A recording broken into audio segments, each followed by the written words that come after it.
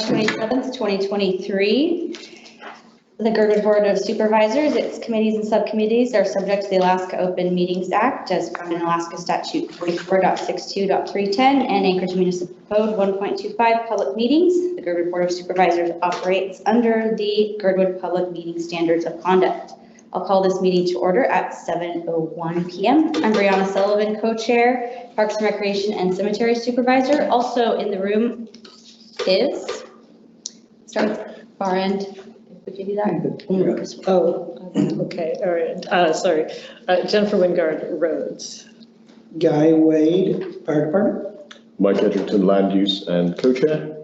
And online, Amanda, are you there?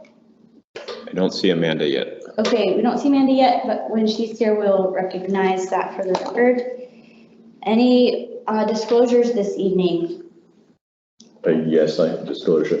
On new business number 9, Girdwood Bearware, I have been fairly heavily involved in the organisation and in the past administered grants. Okay. You don't have my list of questions, but this. We got a list of questions for you right here. Excellent. Oh, wow. Yeah. Wasn't paying attention. And we have had this item on the agenda. Thank you, Myra. Thanks. So for formality, I can go ahead and do that. When you say administered grants, does that mean you are involved in funds? So that was administrative funds, yeah. Okay. Is the conflict substantial financial or private interest? Should we go through the factors? There's number 1. Is the financial or private interest a substantial part of the matter under consideration? No. Does the financial or private interest directly and substantially vary with the outcome of the official action? No. Is the financial or private interest immediate and known or conjectural and dependent on factors beyond the official action? Factors beyond the official action. Okay. Is the financial or private interest significant monetarily? No. Is the financial or private interest of a type which is generally possessed by the public or a large class of persons to which the member belongs? No, it isn't. Are there other factors deemed appropriate by the presiding official under the specifics of the disclosure and the nature of the action? I can't think of anything. Okay. If you can. Thank you, Mike. It is my ruling that you do not have a significant conflict and you may participate in today's discussion.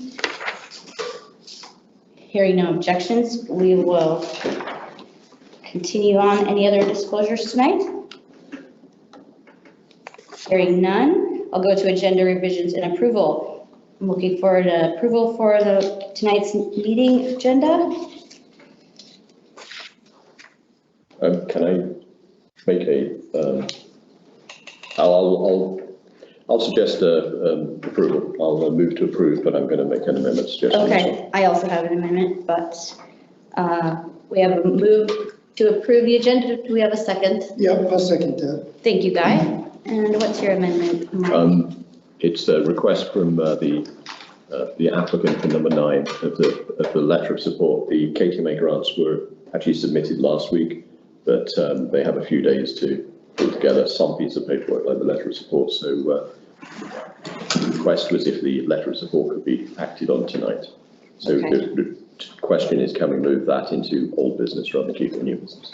Okay, we have a motion to move number 9 from new business to up to old business. Do we have a second? I'll second that. Thank you, Guy.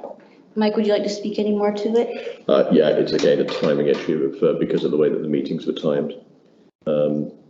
And I think the deadlines and awareness of the KMTA process, we've got it on the agenda now rather than last month. Right. Any further discussion on this? Okay, let's do a roll call for the amended agenda. Amendment for the agenda? Amendment? Okay. Brianna Sullivan? Yes. Mike Edgington? Yes. Guy Wade? Yes. Jennifer Wingard? Yes. And I want to recognize that Amanda has joined. Yes. Amanda Sassy, go ahead. Yes. Amendment passes 5-0. Okay, and do we need to go back to the agenda or not? Yes. Yes, do you need Okay. me to take the chair temporarily? No, I was going to amend the same amendment. So thank you for that. So let's go back to the main agenda. Are there any objections to the agenda?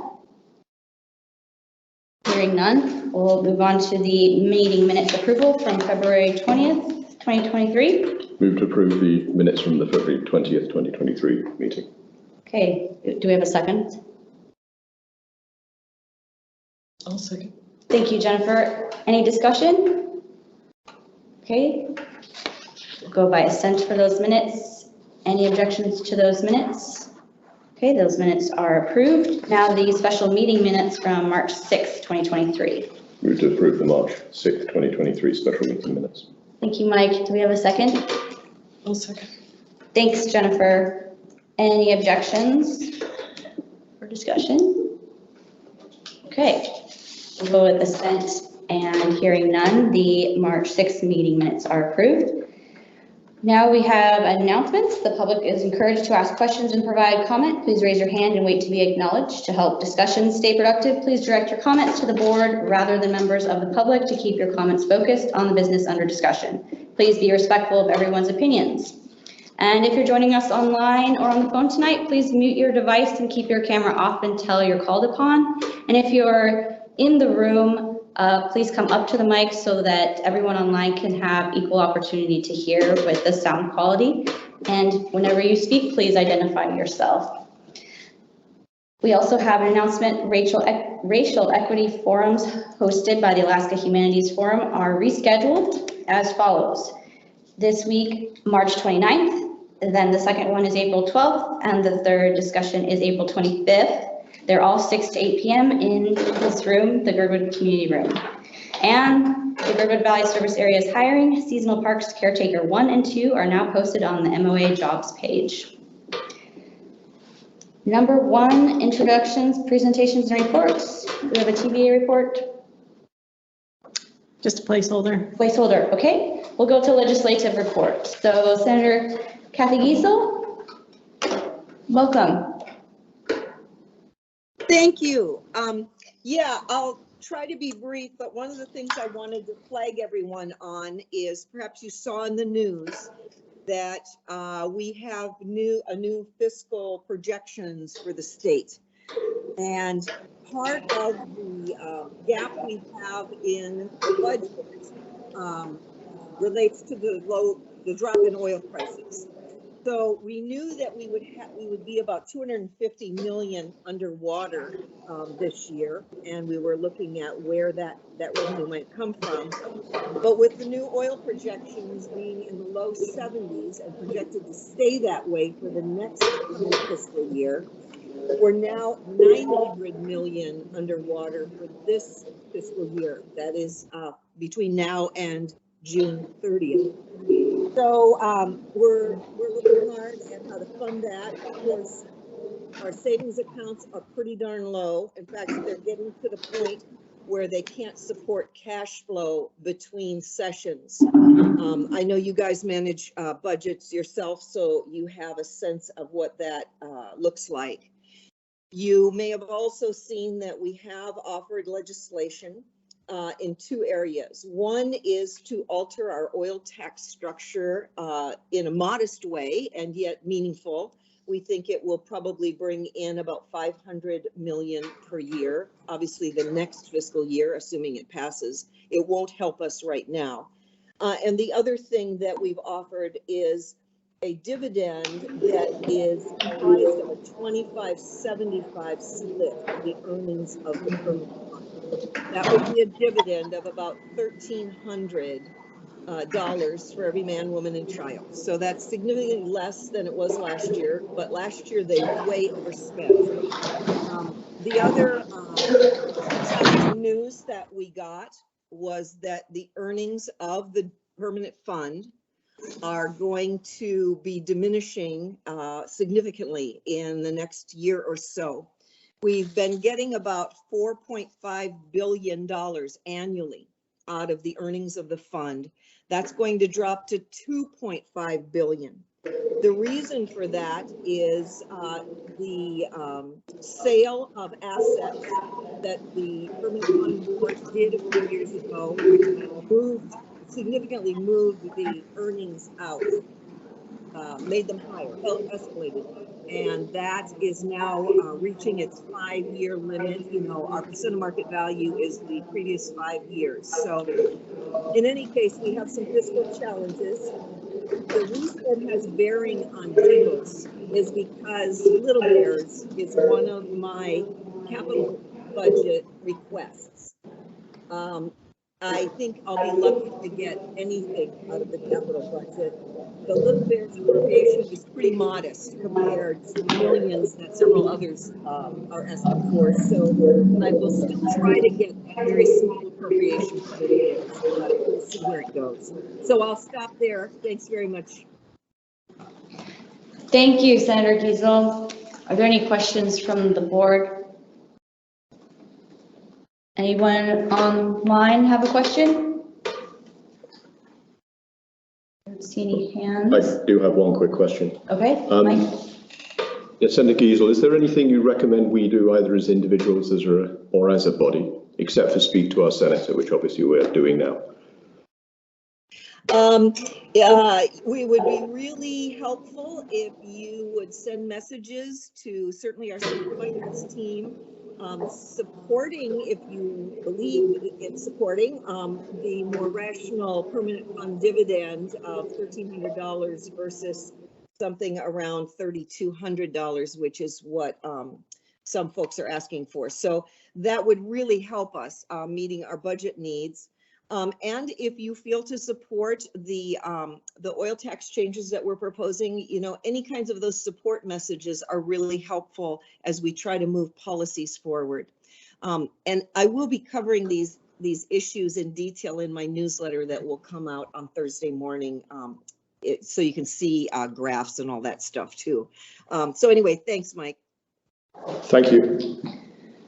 Thank you, Senator Giesel. That's very helpful, and we will look for I will look for the Thursday morning newsletter and be sure to write. Any other questions from the board or audience? Public? Okay, thank you very much for coming to the meeting and all of your work. Are any other representatives online? I don't see anybody else from the state or from the city. Okay, so the next one is assembly members. And I don't see. Okay. Did anyone receive an update from? We'll keep an eye out for if they Okay. come in. Sometimes they got double meetings. True. Plus this week we're all screwed up, so they could be in other meetings. Yeah, and the mayor's office said. Okay, so, and then Anchorage School Board Liaison, Andy Holloman, has been informed about our meeting. I don't see him yet. We'll keep an eye out. Sometimes they're, as I say, other meetings. Okay, and we'll go to supervisor reports. I will go ahead first with Parks and Recreation and Cemetery. One item that took place in the last few weeks was a presentation at the clinic by Star, and I helped distribute flyers around Girdwood so that they could have more publicity in that kind of setup. I don't know how much other publicity was out there besides clinics, social media. And I heard it was a really good presentation. I couldn't be there. Also, cemetery update. Tommy O'Malley is the chair and has been continuing conversation with Bill Falsey. And I have checked in again with Suzanne LaFrance regarding the memo from legal Dean Gates that he was supposed to write. And his response was that he is hoping for late March that he writes or completes the memo that was discussed last time there was an update.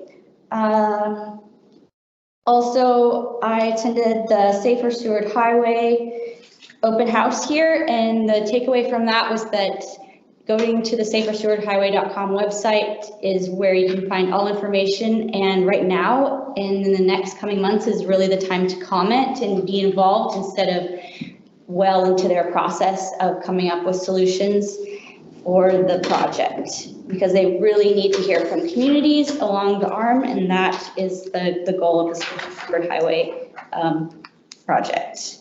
Also, I wanted to say to pick up dog waste or encourage others to do so. You'll see it out on the trails if you're out anytime, and it's impressive how quickly it adds up. bad combination for skis, grooming equipment, bikes, and experience on the freshly maintained trails. And that's where I will stop. Mike, would you like to do an update? Yeah, sure. From a land use perspective, the big thing that happened at the municipal level last week was we got a sort of side effect of other actions in Anchorage. Means that we had a change to our ADU regulations. So we, despite disagreement, let's say that, with the Assembly, they removed the owner occupancy requirement and they removed the requirement for any parking for ADUs. There's some possibility something similar might, or something better might replace the owner occupancy requirement, but Suzanne's doing some work on that. So there may be a change within the next few weeks. But at the moment, that's where we stand as of today, or as of last week, actually, as of last Tuesday. Thank you. Guy, do you have an update? I'll let Mitch speak to the details, but I would like to just say again, I appreciate Chief Weston's tenacity in her grant writing and fundraising. I ran into her at the Merck last week, and yeah, she said she was deep in the middle of it, reminded her of college during finals, and just, you know, these are huge grants that she spent a lot of time on and winning some of them, so just much appreciated for that. Thank you, Guy. Jennifer? I will wait till this. Okay. Amanda, do you have any update? Report?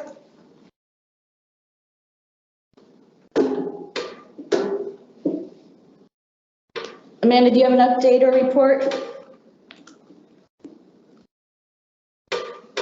Okay, we can come back to you, service provider reports. 5 minutes. So Chief Weston is next. Come closer to the microphone. No worries. My name is Vance Garrigan, Deputy Chief with the Girdwood Fire Department, underneath Chief Weston. Chief Weston's out on personal leave at this time, so I was asked to come in and speak on her behalf. Again, the fire department's continuing on with providing critical care to the very sick and injured residents and visitors. The team works well together, and every week we see improvements in training levels, knowledge, and problem-solving skills. It is a product of self-motivation by team members, willingness to share knowledge and leadership from our staff and officers. As a community, we should be very pleased with what's happening within our fire station as our officers and at every level of the organization. We anticipate a high tourism season and are working on plans to have an additional paid staff and staffing to accommodate the extra workloads this coming summer. As Guy was talking about here, we do have 3 large federal grants that were submitted for firefighter staffing, firefighter training and scholarships for paramedic school tuition, and for fire prevention. We were successful in our state wildland fire grant for equipment. We have completed the Pick, Click, Give application, and we are waiting on a $20,000 grant from the city of Whittier for an additional ALMR radio purchase. We have 2 new community donated AEDs installed in both churches and 4 funding proposals to various funding sources. The Alaska Resort has installed a new AED in the Day Lodge. The Girdwood Rotary has requested to fund one for the post office mailbox area. So please also download the Pulse Point app to follow along with on our calls and dispatches, and also select the Anchorage Fire Service on that Pulse Point app. We have delivered Narcan or naloxone kits, or wall cases, to the Essential One, the Merck, Creekside, Girdwood Chapel Food Bank, Brown Bear, the Bird Creek Motel, Alaska Day Lodge, and Sitzmark. And we're waiting on a few more of these units, the large red boxes that you'll be able to mount to the wall with all the equipment you need for a overdose, opioid overdose specifically. Thank you to Lieutenant Gamache for obtaining these kits as well. Lieutenant Gamache also donated use of a dryer and cleaner and some other items for the local community members if you're in need of it. Upcoming area-wide bonds include proposals for funding of a second fuel cell for us to provide unleaded gasoline for the new area-wide ambulance fleet, which is being switched over from diesel.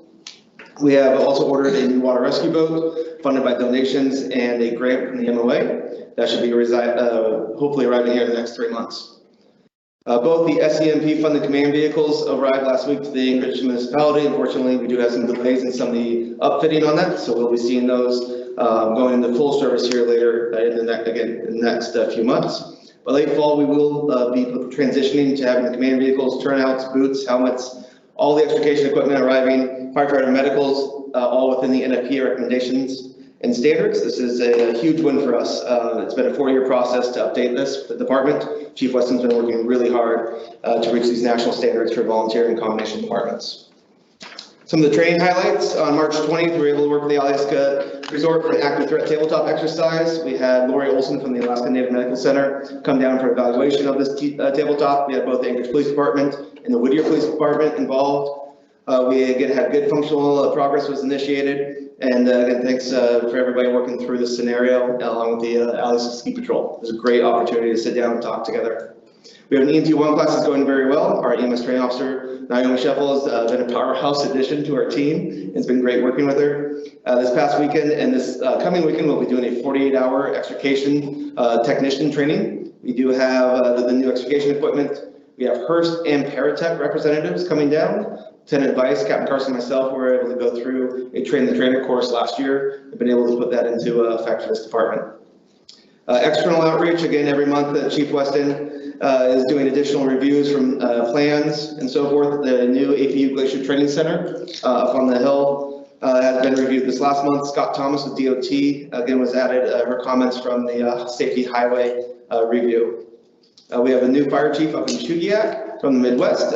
Chief Weston and Chief Strachey from the Anchorage Fire Department meeting monthly with those guys.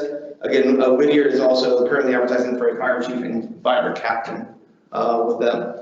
There's a new cell tower being put up in Silverton, partly due to the comments and efforts that Chief Weston was able to have from the Fire Chiefs Conference, along with during the past communications stakeholder meetings that were held. So again, we have new cell towers coming up to increase the communication in those unsupported areas.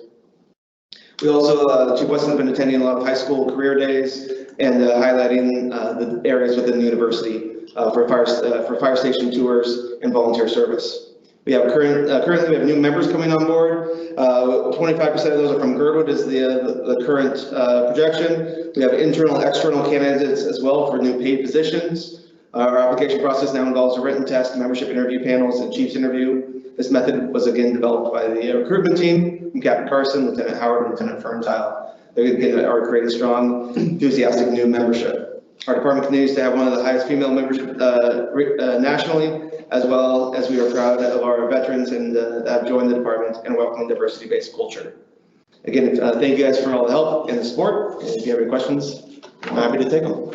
Thank you, Chief Mance. Are there any questions from the board?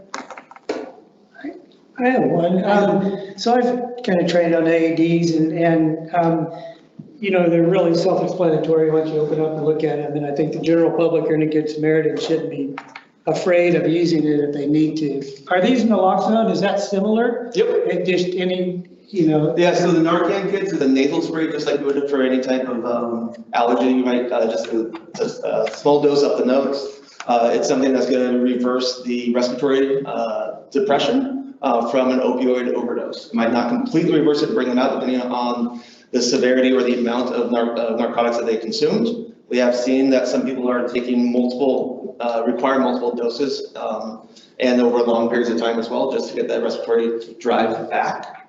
But that is that initial response that any layman or any good Samaritan can be able to provide. So don't wait for somebody to come along. No, please, if somebody is suspected of having an overdose from an opioid, that Narcan is that reversal, and that's going to allow them to keep breathing, which is then going to prevent that cardiac arrest. And the respiratory drive is the first thing to go. Once they stop breathing, then the heart's going to stop beating.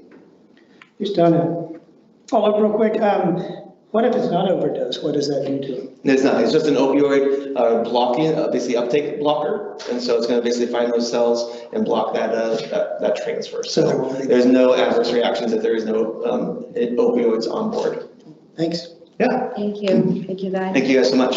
Any other questions from the public or online? I don't see any hands, so we will move on to Chief O'Shea. Chief O'Shea is unable to make it tonight, but we've been working with the Whittier Police on some different public nuisance issues. They've been very responsive, and tomorrow morning we'll be dealing with one in particular. Things have been busy. This last weekend it was quite busy with music on both Friday and Saturday night, just people in town for spring break.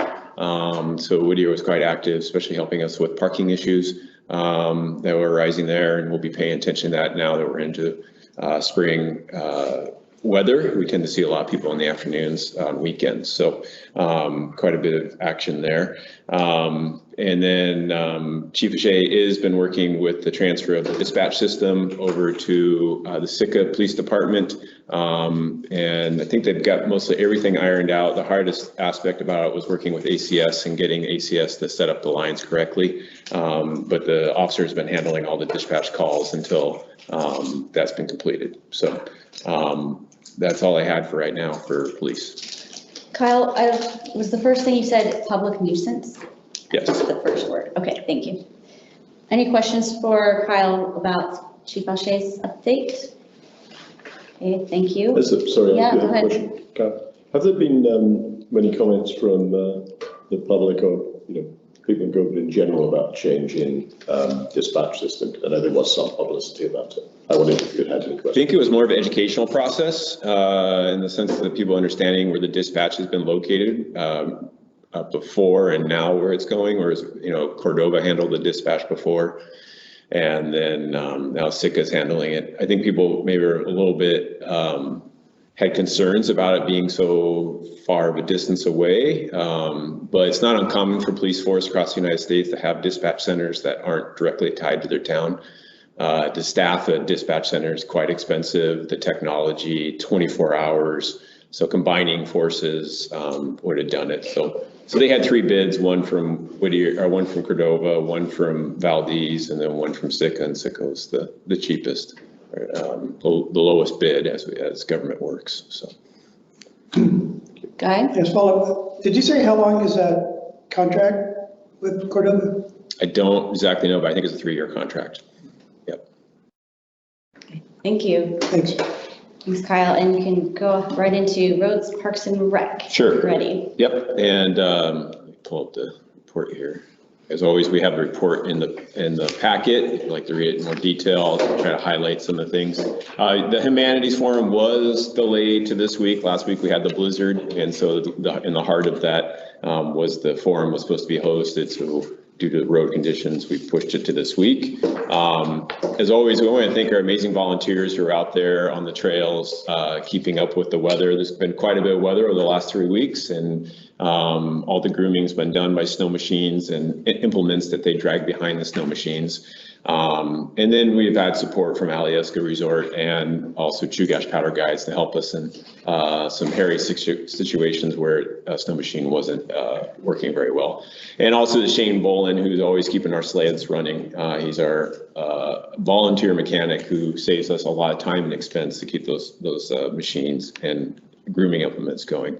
We want to thank Alyeska Resort for hosting the 2023 Throwdown Showdown. It was a great success and had venues for both the older guys and the younger guys and everybody in between. And our great volunteers, Joelle and Aaron, and our MC, Jason from Blue and Gold. They did a great job and really got the kids stoked, and as always, very entertaining out there. And this was a great fundraiser for the Girdwood Skate Park, so that was awesome.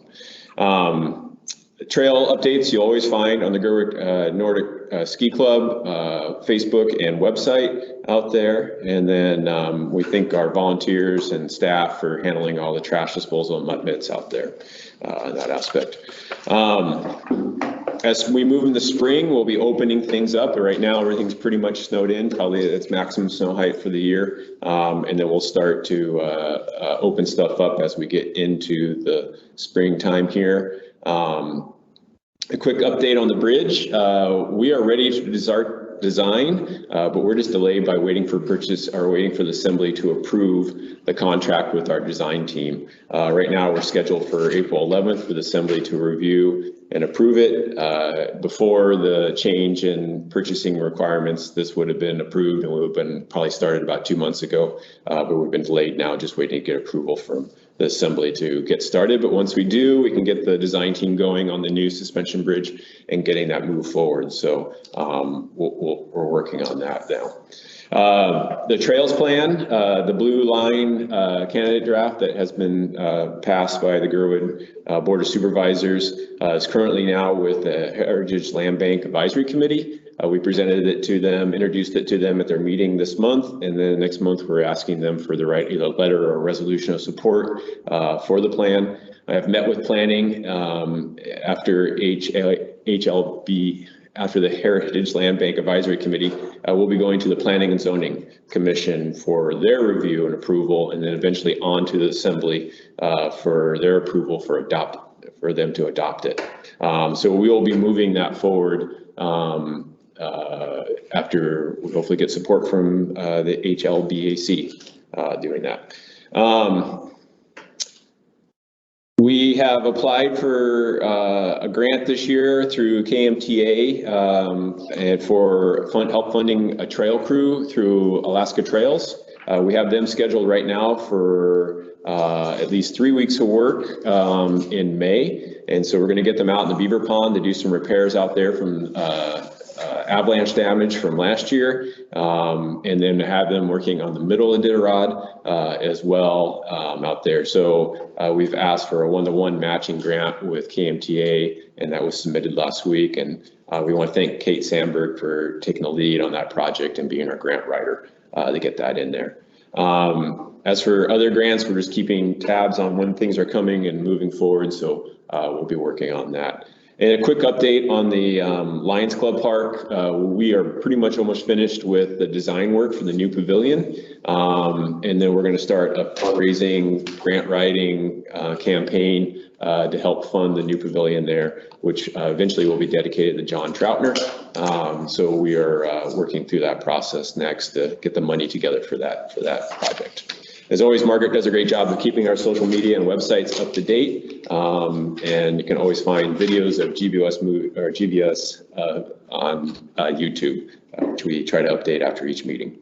Road status, we are in March weather, which is delivering an active spring of snow, followed by rain, then snow. And now today, really, we just got into our real first official melt.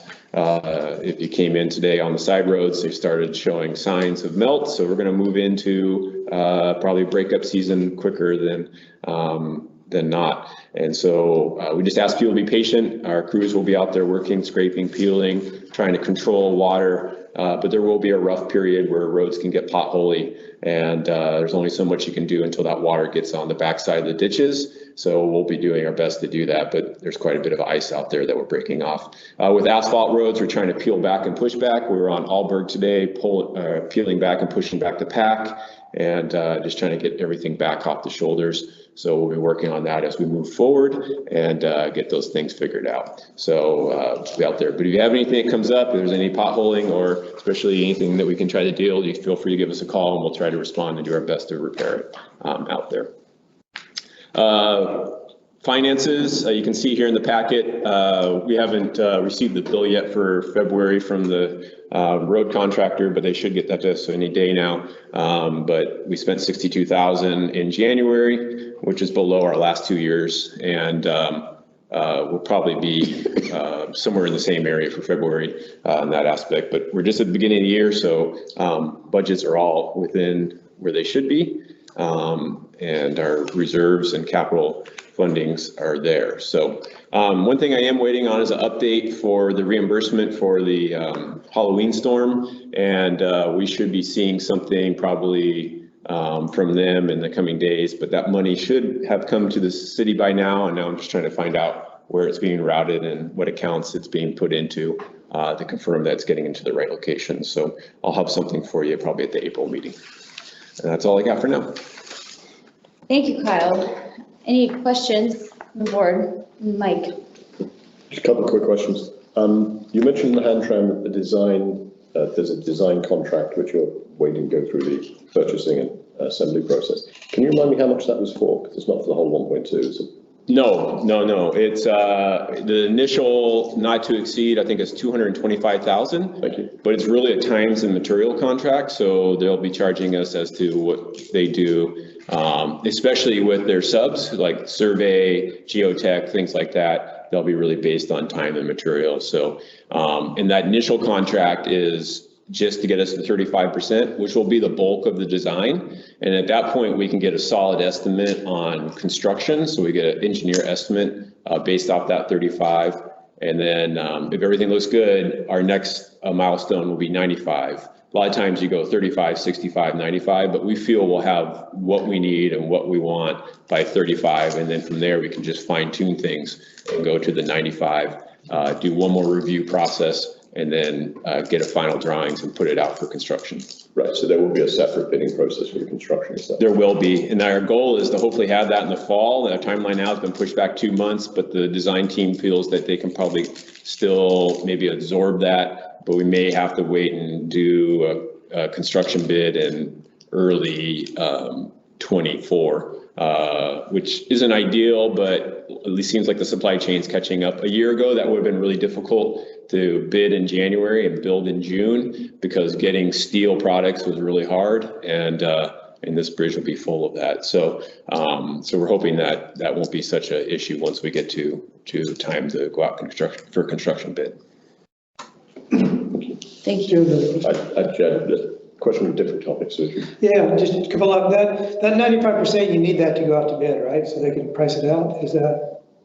We need it, yeah, so 95% is one more review through the municipality and like structural, and then once that's all completed, we have 100% signed docs that we put out for construction. So. Okay, thank you. Any other questions for Kyle? I had another question, yes, different topic. Mike. On the trails plan, you said that it's going to HLB first, and then we're going to see what HLB.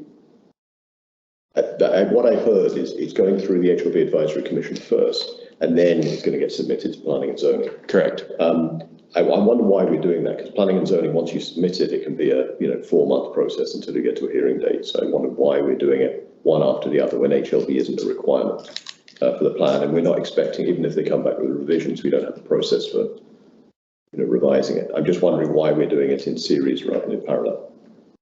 Well, the planning department wanted to hear what the advisory commission had to say. Okay. And since most of the trails that are being proposed are on HLB land, we wanted to garner their support of the plan. One thing we are explaining to them is that what trails are in that plan are all conceptual, and that each time we're going to tackle one of the trail projects that's called in the plan, we're going to probably be coming back through them with much more detail about what we're trying to do in those lands. What are we going to do differently, whether they say yes or no? Or are we going to do the same thing in either case? In which case, why are we waiting? We didn't consider doing both at the same time. We felt like we wanted to get one done first and then see if there was a big roadblock in that aspect. One thing is that when we do go for the P&Z, we're going to have to spend $4,000 for it to be submitted. So I didn't want to start a process which required us to have money down and then all of a sudden back out. I wanted to hear what HLB had to say in that aspect. So that has always been our roadmap, is to go to the HLB AC and then start the planning process from there. We didn't consider doing both at the same time. That's fine. Thank you. Thank you. Any questions from the public? Okay. And just let me know, please, Kyle, if anyone joins that has reports from earlier. Okay, I'll keep an eye out. We'll move on to public comment. Persons offering public comment must state their full name and address. Public comment is limited to 3 minutes per person and must be on subjects not listed on the agenda. If you are here for public comment, please raise your hand, or if you're in the room, come forward. Okay, see Jerry or Carol, go ahead. Okay, I'm getting my mic on. Here we go. So my public comment is just about repairing our relationship with the municipality, whether we like it or not. We're a part of the municipality of Anchorage, and it's really important to get anything done. We need to have a good relationship there, and I know the Girdwood Board of Supervisors knows that, but I just wanted to reach out to the community and just stress how important it is to have a relationship there, and how important it is to have experienced members on the board. It's very important. It's, when I was on the board, it took me a while to get up to speed. And for these two reasons, there's a campaign going on, or an election going on, and I'm supporting Brianna and Mike for Girdwood Board of Supervisors, because I think they will do the best job in helping us to repair that relationship with the assembly. And they do have experience, and I think that's very important. Thanks. Thank you, Jerry. Any other public comment? Any others, Kyle? No, I don't see anybody. I'll let somebody in. Okay. All right. Hearing and seeing none, we'll go on to old business, number 4. Update on current status of the Alyeska Highway Interchange project. Jennifer. This one's very quick. We're working on a meeting with DOT and it hasn't come together yet. Okay. So we'll have our next meeting not too many weeks away. Right. Okay. Any questions for Jennifer? Okay, thank you. And number 5, update on Holton Hills questions. I'm just reading the way it's written. Dissolving the development agreement, outcome of sole source contracts, status of sewer lines, status of plating actions taken. Land use supervisor. Right, I'll report what, I have actually reached out to the director of, I've forgotten what it is, Community and Economic Development, so Lance Wilbur, who's also acting as real estate director and HLB director. I've reached out to him to see if I can get answers to specific questions. He did give a report at the beginning of the HLB advisory commission meeting last week, where he touched on some of these. And what I recall, although I don't have my notes in front of me, so I might misremember some of this. What I recall is the development agreement is still very much in force. Although what that actually means and what the practical implications of that are seems very unclear, because I don't see anything in the development agreement that anticipates the situation we're in now. So I've asked for some more details about that. I don't think anything came up in the sole source contract. The sewer line, my understanding from AWU is they're still expecting to do that project when they receive the money. But I think I don't understand if HLB is obliged to do any work if the sewer line goes ahead or when the sewer line goes ahead. And the third one, status of platting actions. That again is very unclear. My understanding is some of the platting actions are going through the state, like the section line easement vacation, and some are being done sort of more, I suppose, more locally. And again, I haven't heard a clear answer, or if there was a clear answer, I didn't hear it anyway, as to the status of those. The other thing that I've heard a lot of questions about, which isn't in this list, of how the land disposal process that's happened so far, or did not happen because the Assembly delayed it indefinitely, how that relates to any actions that, or any anticipated development from the Pomeroy group on the Alyeska village on the other side of the creek. And again, I've asked HLB and Lance Wilbur to provide a clearer update on that. He did describe it, but to me, it wasn't very clear what that really meant. But I think it's unclear where the land ownership and where the land separation is. So. Thank you, Mike. Do you have any questions for Mike on any of those subjects? Or even clarifications if anyone else has better information. I'd be very interested in that. Thank you. I would recommend anyone curious to listen to the recording of the HLB meeting, because Emma spoke a little bit about it also, but it still wasn't clear.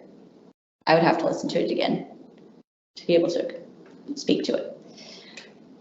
Anything else? Jennifer? Yeah, there was one other thing that came up, I think, in that HLBAC meeting, was what I thought kind of a revelation, that there had been a bifurcation agreement. And so if anybody has any information about it, yes, that'd be fascinating. Okay. That was the term used, or the bifurcation was the term used. I don't remember them saying there was an agreement on a piece of paper. I may have missed that. I don't remember them saying that. They seemed to say that there had been a bifurcation action. Yes. And there is no, as I know, as far as it, no public document about that. So if anybody can correct me on that, I'd be really excited to see that. Yeah, well, all I'm saying is I don't think nobody seemed to claim there was a document. They just talked about the bifurcation. I think it's a very interesting question as to how it's recorded. Yeah, good. Thank you. Thank you, Jennifer, for that. I'll see one hand up. Brett, go ahead. Yeah, so it was, I'll speak as HLBAC commissioner. Yeah, those questions were asked. It's unclear really what that bifurcation entails, but it was communicated that there would be an opportunity for HLBAC to review the Pomeroy and Alyeska Village development and ask questions about that. But the roadmap was not clear as to if or when any of that would happen. So what was related at the last meeting. Thank you, Brett. I was going to say, I think the thing that's clear from all of us is the lack of clarity. Yeah, that is crystal clear now. Okay. Anything else? Hopefully we'll find out more in the next few weeks. They have more meetings. Okay, I'll move on to number 6, the Girdwood Industrial Park concerns with power platting and others. Yes, there's a little bit of a theme here. Reached out to HLB with the idea of setting up a sort of a meeting where they can talk to the community, including leaseholders, permit holders, and I think maybe anyone who owns land there. And I haven't heard back yet, so I will chase that. Okay, thank you. And you. then if they're happy with the concept, then we'll then try and arrange something, arrange time. And I guess I have a question, Mike, on that one. It seems like in their next, maybe this is more of an open question, but is the GIP part of new comments that need to be submitted for their plan, the 1 year that they're now going to like reenact having comments and going through it?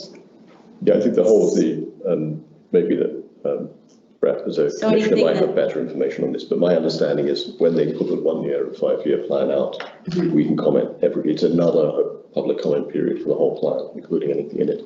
So anything that was commented on before and it was never updated, because they never updated that plan, those comments are just... Yeah, we start again. Restart. That's my understanding. Okay, thanks, Brett. I see your hand is up. Right, so the GIP came up in the work session, and that was moved as a priority to the 1 year plan for HLB to focus on, since it's been such a community priority. So that is in the hands in the short term with HLB staff. That's encouraging. Thank you. Okay, guys, your hand, yeah. I got a question, maybe for Brad or just somebody, because we have discussed this for a long time, So, Brad, do we have other people on? You said staff. Is there a staff there to make this come to fruition for Heritage Land Bank? Or? So, thank you. I just want to be absolutely clear that there's a panel of commissioners that are citizen volunteers that advise on action items with city trust lands. So all of those efforts that HLB does are generated via the municipality HLB staff. And so in our recent work on the HLB Advisory Commission, it has been to try to prioritize what should be the focus of the staff in the short term via the 1 year plan, and then make general comments as to long term in the 5 year plan. So it's just all that the Advisory Commission can basically do is try to prioritize into the short term what the community has voiced as its priority. So that has happened, and then it falls on the staff to execute. So I'd be looking forward to hearing what the administration and HLB staff has in store for development of that. We had asked them to evaluate spending public money to continue the development into phase 2 and compare that with a disposal that would go to some private developers. So that is on the short-term roadmap, and it would be anticipated that the staff comes up with a contrasting solution with one of those two options. Thanks. Yeah, no, thank you. That's good and I appreciate it.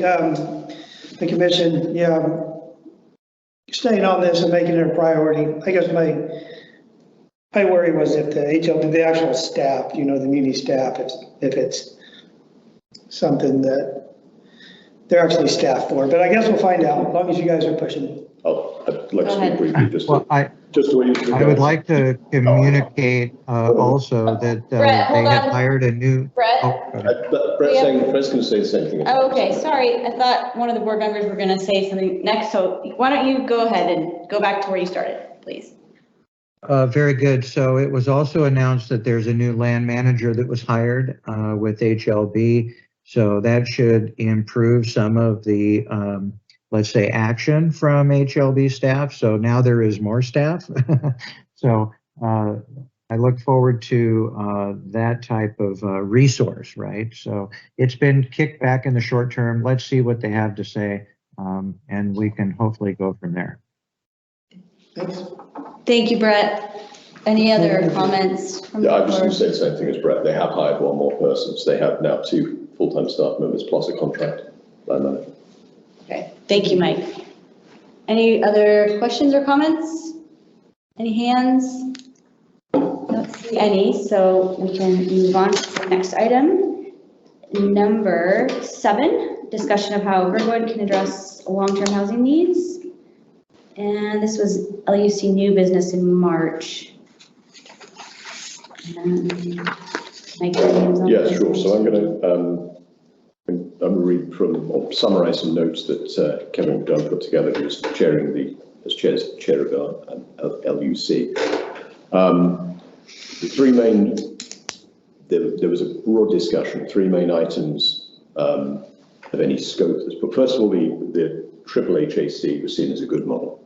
And if there's a committee put together with a similar kind of structure and intent, then the scope areas would be, first of all, to work with HLB to identify what areas in Girdwood are best suited for development, what the most effective use of that land be to address long-term housing. The second one is identify funding sources. And the third one is create a strategy to identify what portion of developable land should go to long-term rentals versus mid-income versus market rate. And they're all perfectly reasonable topics and good topics. So there was a bunch of other more general discussion, but I think that's a good summary of the primary goals, or at least an ideas that came out of what a scope of the housing committee would be. Thank you. That sounds really great. Any feedback or questions from the board on that topic? So I've got a comment on this. Okay. How a committee or a subcommittee would be very, very different if we have housing power over this to if we don't. So I think anything we do here has to wait until we find out how Proposition 7 goes. Because we just have very different approach or different options depending on how that goes. So it would be somewhat premature to set up something now and then change it a month. Thank you, Mike. Any other comments or suggestions on that? We could even tie that subject, basically the LUC item, to the Prop 7 after the election results. Actually, just on that topic, can you remind us when the next meeting is? Because I don't remember. Is it April 7th? For land use? Middle of the month, yeah. Yeah, so, Both. Why don't you say both land use and yeah, so it will be 2 weeks from today for land use. And April then, 10? yeah, and then 3 weeks from today for GUS. But So they, technically, we won't know how with the propositions because we won't have the final certified results by the 17th, but we will by May. But we'll have an indication of whether it's, massively yes, massively no, or somewhere in the middle. We can't tell. Right. We'll have a good idea at the next meeting. Okay. Jerry's hand is up. Go ahead. Yeah, I just would think that it'd be good to keep moving. And so, everything we do, it's government's a slow process. And I would think land use should, I think we talked about having this come through land use and land use start the process. And if we have to change it after the vote, we can change it. But I believe that this is important enough and it's very timely that we keep moving on this and don't stall. So I would ask that we don't wait and, then we get to April and it's a close vote and then we're going to wait till May. And that's just my comment. Sooner the better. Thank you, Jerry. I don't see any other hands. We'll definitely keep those in mind. Any other comments? Okay, we'll move on to number 8, Holton Hills. Brett came up. Oh yeah. Brett, is your hand up? Yeah, thank you. Speaking as just me, I kind of echo Jerry's sentiments on that I thought that we had decided to put it in front of the community via land use. So, yeah, I'd encourage it. We just continue to move down the course and, just let events happen as they do. So thank you, Jerry. Appreciate that. Thank you, Brett, for your comment. Anything else in the online world? Okay. We'll go to number 8 now. Holton Hills follow-up on point 2 of GBOS resolution, which is future land disposal consideration requires project-specific master plan completed before development commences. Are you going to talk about that? Yeah, sure. Yeah, so the intent of this, it was very focused on the Holton Hills project, but the intent of this was that there should be a, rather than sort of reach back into history and find any documents that might, how can I put it politely, that might justify the project proposal. I think it's completely reasonable that we should try and encourage or request, or whatever the appropriate word is, to require ideally that there's an area master plan or something equivalent to that. There are other alternatives within code, but an area master plan or equivalent tied to a specific project in Holton Hills, or in fact any other area of major development within the valley. And that's what code requires. It isn't quite how it went in the Holton Hills development, and I think having a statement or a resolution to make it really clear that that's the process we expect to be followed in the future would be helpful. It's at least a marker of what our expectations are, and if it doesn't meet that, then we're obviously going to look at it less generously. And that probably has most applicability to to any proposal coming out of the Pomeroy group for work on that side of the creek. And my understanding from what I'd heard previously is they are intending to have a master plan. But again, we haven't seen anything, so we don't know. Okay. Any comments from the board on that? I have a question. Guy? So what are you saying, that we work with HLB to make this a rule, or what is? It is a rule. So the code says there's got to be a master plan, or there's got to be an area master plan, and there are a couple of other ways to achieve something very similar for any significant project.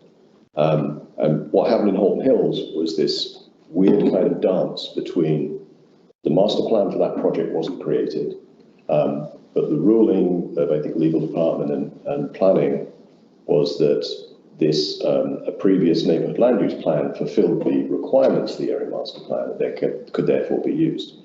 The funny thing is, if you'd had exactly the same document, we call it master plan, you couldn't have used it because the scope of the two projects was so different. So if it actually was a master plan, you'd have to update it. But because it wasn't a master plan, they didn't have to update it. It also wasn't a master plan. So we end up with this weird situation of, if you look at something from one angle, it's like a little bit of a heads I win, tails you lose. Or it's one of these things where if you look at it one way, it's clear that there needs to be an update. If you look at it the other way, it's clear there has to be an update. But by kind of using mirrors and something else, you end up with a situation where neither is necessary. So this would be kind of a clarification. If there's a new project which is nothing like, which is not just a replication of a project that previously had a master plan, then there would have to be a master plan associated with it. Yeah, I think I get that. I'm not quite sure what, so we're going to force HLB to do this? It Or, wouldn't I mean, necessarily be HLB, or is yeah. this just bringing it up again? Yeah, it wouldn't necessarily be HLB. Reminding It would be basically a statement that the code says we do this, and our expectation is any major development in the valley does exactly what the code says. And isn't sort of, going this other route and playing these other games with other documents and other plans that were never intended to be a master plan for a specific project. So our follow-up is just continue that conversation and keep it. Well, I mean, potentially, I don't have the resolution drafted, but potentially we generate a resolution from this and make it a statement of policy from here, or a statement of what we expect the policy to be. Since it is old business, we can act on it and Yeah. suggest a motion to write a resolution. I'm just not sure I know what I proposed, but I haven't got to the stage of doing that because I'm interested in what everyone has to say about this. Right, that's one option. Jennifer? So we actually did include this in the resolution already. I'm not sure if we want to like pass another one, but we did kind of already say this. And then I also do want to point out that anyone with any questions about this, Kelly did an extraordinary amount of work on assessing out this master plan business and the communication difficulties around the terms and everything else. I suspect that's why her hand is up, because I think she really laid a lot of basis for this. So I know, Guy, if you had any other questions, I'm sure she'd be happy to answer them. I just feel like we sussed this out a little bit before, but we can, sure, maybe I should just let Kelly talk and quickly. I think I've got a response, that's okay. Okay, Mike Yeah, first. And so I agree. We said something about, but we said it within the context of the Holton Hills project. And I think what the request was here is to make it for everything. So it would be basically taking what we said before and making it a statement across, for any development at all. So it's broadening what we said before, not to the specifics of Holton Hills, but generally, not even just to Crow Creek, but generally. So it isn't necessarily a lot different from what we had before. It would just be a broader policy statement. And are you saying you, like your personal feeling is that you don't want to cross that bridge yet? You want to talk to the community more about it? No, it was just a question of I wanted to hear, that's what my understanding was, and I think that the right way to go forward, but I haven't got specific language proposed in front of us because I wanted to hear more of it, more comments before we propose something very specific to vote up or down. Well, I would be personally very supportive of something that was remarkably similar to what we used for Holton Hills, but fair area wide. I think this came up in the Imagine Girdwood discussion recently on Wednesday that really we do need something besides planning and zoning as a gatekeeper, because I think it became very clear during the Holton Hills discussion that planning and zoning's jobs doesn't necessarily overlap with our jobs as community members to try to make sure any development matches what the community wants. That's not something we can put all on the shoulders of planning and zoning. So I think one way to make sure we're taking some responsibility for that is having this master plan requirement. thank you, Jennifer. Just based on the discussion so far, I'm very supportive of elaborating on the point 2 of that resolution to make it more broad and more preventive or proactive before something is more reactive. So doing that before we know anything from an HLB meeting that's a month away or 2 months away about a development or new proposal would behoove everyone. Right, sorry, just to be clear. So it doesn't look like we're reacting to what they're doing, but we're just, yes. In general. And we have 3 hands up now. So Amanda, go ahead, please. Thanks. Yeah, I agree with y'all that this resolution would be very useful. Thank you, Mike, for bringing it up and helping lay the groundwork for that again. I think that the original resolution was specifically to Holton Hills, and I think maybe it's warranted for a new resolution for more open park. Thank you. Thanks, Amanda. Any other comments from the board No, right now. on that? Okay, I'll go to Kelly. Thank you. Yeah, I think a resolution, I mean, as Jen said, I did a ton of work on this, and I think the area master plan really is the tool that we have in our toolbox. Because it requires the due diligence that we're asking for, or that I know I was asking for, and a group of people from the Holden Hills project. I think in any resolution, one thing to keep in mind is that Title 21 specifies that an area master plan has to be done prior to development. And that's a really nuanced term. So when does it count as development? Is it development agreement development? Is permitting development? And so I think any resolution should specify that our request is that the area master plan be prior to a development agreement being made, because we want, once a development agreement is made, then what's done is done, and it's really hard to change it. And so really that project due diligence should occur before, legally binding agreements with, financial implications are made. So I think that's a really important nuance. And then I do think that we had this conversation at length with land use and with regard to Crow Creek. And I think the most meaningful thing we can do as part of that resolution is ask that the current Crow Creek neighborhood plan be abandoned, because that's the only way.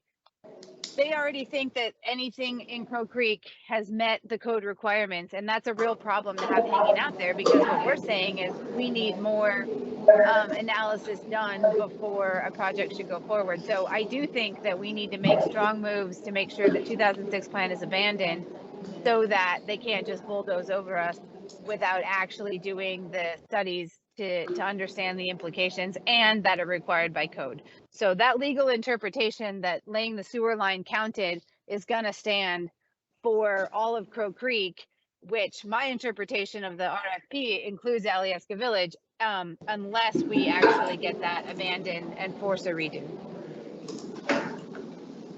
Thank you, Kelly. Any comments? Yeah, just respond briefly. That was a good preview of item 12, where we're talking about that specifically. The comment you made about the Crow Creek neighborhood land use plan covering Alyeska Village, I think there's no evidence that it does. The Alyeska Village is unambiguously on the east side of the creek, and the Crow Creek neighborhood land use plan is on the west side of the creek. There's no way that the Crow Creek neighborhood land use plan applies to Alyeska Village. So I think that's I showed you. That's a separate issue. Yeah, no. Anyway, because the language in the RFP. Kelly, the language in the RFP. Can you hold on just a second? I think Mike had a little longer. Yeah, I was just finishing speaking. I think. Okay, and the item is on number 12. So if we could keep this discussion to number 8 focused first. If you have something else to add, please do. Yeah, just in the RFP, it does specify that it is west of the creek. And so that's what I was mentioning. I have no information other than the RFP response. And that's the language I pointed out to you. And it does say west. Can I just respond to that? I think when you say it in that case, you mean the Alyeska Village development, and nobody thinks otherwise. It's unambiguously on the east side of the creek. It's on a piece. There are multiple places in the RFP where it refers to the actual zoning. And there is only one area zoned that way, and it is to the east of the creek. So there's no interpretation. It's just a typo. The typo should probably be fixed, but there is a typo in the RFP. That's it. Okay, Jennifer. Just moving on, I'm not entirely sure that's relevant. So can we just maybe circle back to just the fundamental question of, are we going to move forward with a resolution about this? Thank you. Guy. I think that is important of when this, between what is disposal? Is that, at the RFP, or is that at the development agreement? And, an entity may not want to, well, I doubt you're gonna limit your proposers for sure if you require some kind of master plan to even propose on it. So if it's possible, but before that's where I feel like HLB, we totally missed it. We weren't involved in it at all, obviously. We just heard about it, last year at this time, right? Or something like that. So I support that, and, I don't know what, on the specific pulled out at the Old Hills, I think is a good idea, but let's keep in mind where we want it, so it won't hinder future development. It'll still allow HLB to attract people who may want to develop in the valley. Thanks, Guy. Any other comments from the board on this? There's another hand. So I'll go with Brett. Okay, thank you. So just kind of a little point of information. Title 21 has a table that describes exactly the authorization for accepting developments. And within that, there is no real provision for it to, I guess, come from the local GBOS and land use committee resolutions. Those comments after somebody comes before our process do not have to be carried forward to the adjudication board, let's say platting and zoning board. So part of the challenge is that we can say it, but it doesn't have to be carried forward by the petitioner. Sorry, some feedback there. Thank you.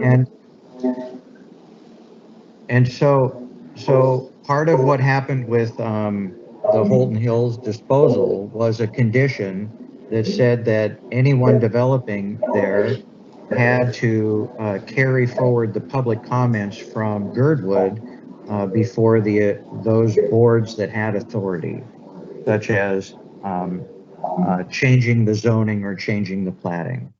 So I guess that effort was made on that disposal for Holton Hills, but when you look at the table of authorization under the municipal code, there's a petitioner for a change doesn't necessarily have to bring forward anything from the local community. So just wanted to kind of throw that out there for everybody.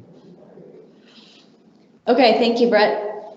Just like respond briefly after. Jennifer, go ahead.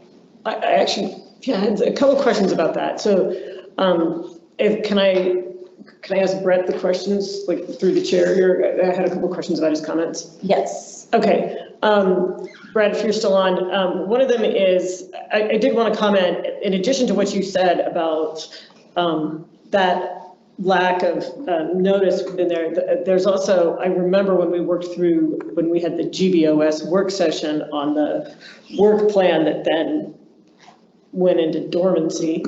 The other thing I really noticed was the lack of taking into account the effect of local economy on land disposal. So it was funny that we take into account trails and roads effect, but not effect on local economy or local, I mean, I actually think housing should count too, but at the very least, asking for the effects of local economy seems like a no-brainer. And then the thing that I would specifically ask you is, were your comments connected to a suggestion for either language or an additional thing to include in this resolution we're considering? Yeah, thanks for that. I think that the best place to affect this is to somehow get an administrative letter through the administration. They're able to delegate this. They are able to, by fiat, if you will, or by a simple letter, describe that the community can have this input in front of those boards of authority. And that's written in Title 21, Chapter 2. So that's kind of how you affect it. I know that, and I'll speak from what I did in the past, was tried to affect it by condition. But the way to do it by code is in Title 21, Chapter 2, and probably an administrative letter that allows the local community to have the say and the input towards these types of conditions on land development. Thank you.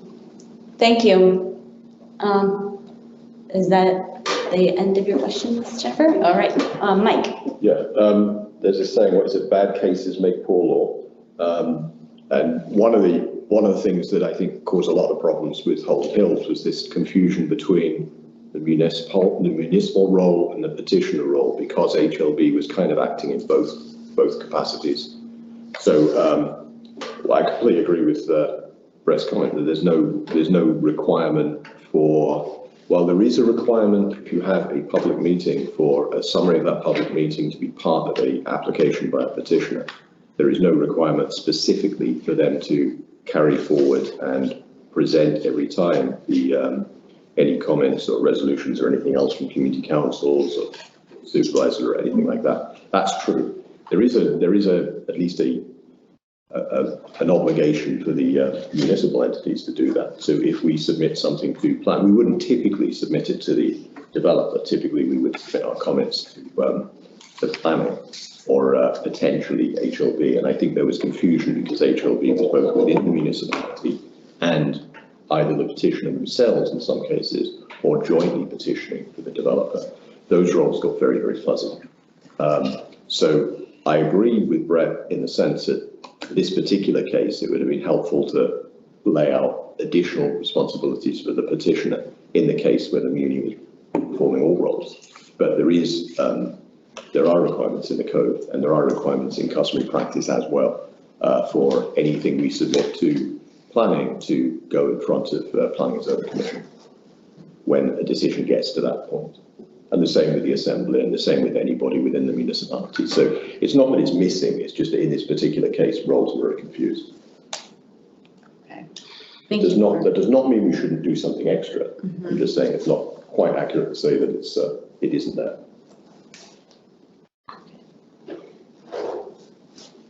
Okay, we could act on this now, or we could table it to next meeting. I would recommend we table it to the next meeting when we'll have a resolution in front of us that we can act on and discuss in concrete language. Okay, Jennifer. Can I just ask? Yes. Where will that resolution come from? It'll be presented as a draft. The only maximum 2 of us can work on it before a public meeting. So a maximum of 2 of us tonight will work on this between now and our next public meeting, and then we'll have it in the packet and discuss. And if we want to make a decision, then we can. Otherwise, we can postpone it or decide not to accept it. Okay. Well, if it's possible to request, I would like to request being part of that drafting. I'm not opposed to that at all, Jennifer. How many volunteers do we have? Would anyone else like to volunteer? And I would like to have somebody else work with me. I don't want to do it on my own. I have no interest in solving that, but I would like to be a part of it. Okay, thank you. I'm very happy to work with Jennifer. We've done some great work together in the past, maybe even in the future. I agree. Okay, anything else on that guy? Just a question, that'll come back into new business, right? So we can discuss it, or we're voting? Well, hopefully it'll be old business. It'll come back as old business with the resolution. Right. Okay. So read it before the meeting and have it. Anything you'd like to change ready to go before the meeting. Anything else? Can I just request formally decide to Yes. So I'm hearing basically it's a motion to postpone this till the next meeting when we have a draft resolution in front of us. That the consensus from everyone? We see nodding heads and consensus visually. So we will see that in front of us in next month. And I see that Andy Holloman is on. So if we could go back to your update, Mr. Holloman, we'll do that before number 9. Just going to say, we do have that PTA item on number 10. Do you want to combine those together, or do you want to jump back and forth? I'll ask Andy, but thanks for reminding me, Kyle. That would be relevant. Okay. We're happy to do that. Okay. So Andy, you have the floor. Okay, thank you very much. Apologies for being late. The sun was still up, so I assumed it was around 4 o'clock in the afternoon. Specifically on the PTA request, that has been passed to the superintendent, and I've not heard back yet. I suspect they will spend some time studying it, and I would hope they would talk to the principal and other folks. Among the things they would worry about is if you have teachers that would choose to stay home, but their students show up at school, how that's handled. I suspect that Girdwood can work all that out if the directors will take time to speak with them about it. But to date, I have not heard back from them. Other than that, I think most of the update would be things you might have seen in the paper. We are looking at changing Family Partnership Charter School to an alternative program. And we do not plan to close that school. We don't plan to change the day-to-day operation or what parents see or what students see, but we do have serious concerns about some of the things that the Academic Policy Committee has been doing for a long time. This is not something that came up suddenly, as some outlets have suggested, but it is a problem that has been going on for a bit, and we don't see any other choice in what we're doing right now. Other than that, I don't think we've had any big changes. I'm happy to take questions if anybody has any. Thank you, Mr. Holloman. Are there any questions from the board? Just one. Mike. Thank you. Thank you, Andy. Are there any examples, the issue with the Academic Policy Committee, are there recent examples of that, something similar, and similar action from ASD cropping up for other schools, for other charter schools, or is this pretty unique?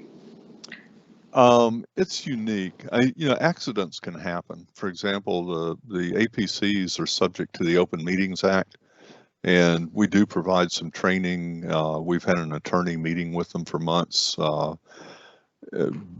They're resistant to following some of those rules, and that's something we don't, we can't give them dispensation for that. They have tried to direct day-to-day operations or directly supervise the principal. Again, that's not something we see at any of the other schools. Telling her who she can talk to and who she can't in the course of a day. And they're two kind of evenly divided factions on the APC, and they're kind of at war with each other. They do have students on the APC as voting members, which is not a reasonable thing to do, in that there's legal liability that comes from being on a board that has control over personnel and money, public money, that way. So that's kind of skimming the high points.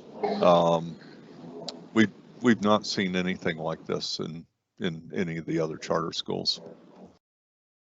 Thank you. Thank you, Andy. Any other questions? Well, thank you for addressing our main question which would have been new business while you're here this evening to join us, and we'll look forward to a response, and I'm probably going to email in case we don't hear anything. Okay, by all means. Thank you very much. I appreciate it. Thank you. Okay, going back to the new, which is old business, Girdwood Bearware request for GBOS resolution of support for their KMTA matching grant. Lena DuPont, are you online?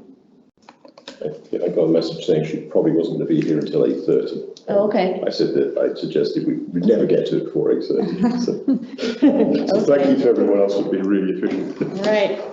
Well, should we wait or go back to it or talk about it without her? I would suggest we probably wait a couple of minutes. Okay, we'll go to, and we don't need to do number 10. So we could start our discussion of number 11 on new business, which is the LUC discussion and recommendation to GBOS regarding creation of a formal GBOS subcommittee, as well as encouraging community led grassroots group to continue independent discussion on long-term housing.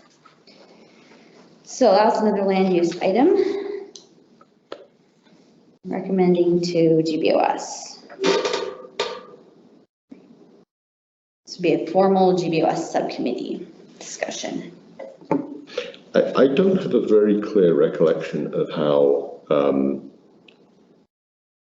item 7 and item 11 differ. I'm wondering if maybe staff can remind us. I think number 11 is a direct result of creating that subcommittee that would deal with long-term housing that we discussed that LUC is still going to have at their next meeting. And so we wanted to put this on here because most likely LUC will have a recommendation on how to form and what that committee might look like. And so at this point in time, we don't have many details because LUC has not finished or completed that discussion. So they would be coming to you next month. And we wanted to have this as old business in case we wanted to move this along faster. So that's why it's listed. So it's kind of, I mean, basically the answer to number 7 then is the same as the discussion on number 7 and number 11 would basically be the same thing.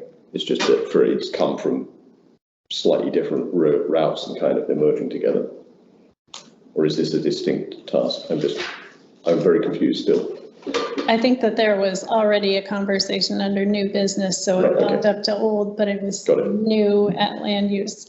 Land use was definitely seeming to be interested in having this be a subcommittee that landed under land use. And kind of pending the outcome of the election, that might or might not be where it makes the most sense to fall. So I think that there were just a lot of conversations going on in a number of different committees, including a recommendation that land use was making that other grassroots groups should be encouraged to form and to report back to whatever entity gets created.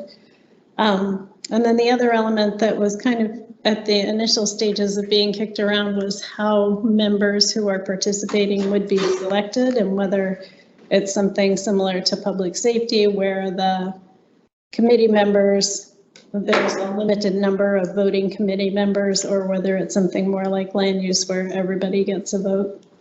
So it's relatively messy, I think, until we know more information and then determine the course.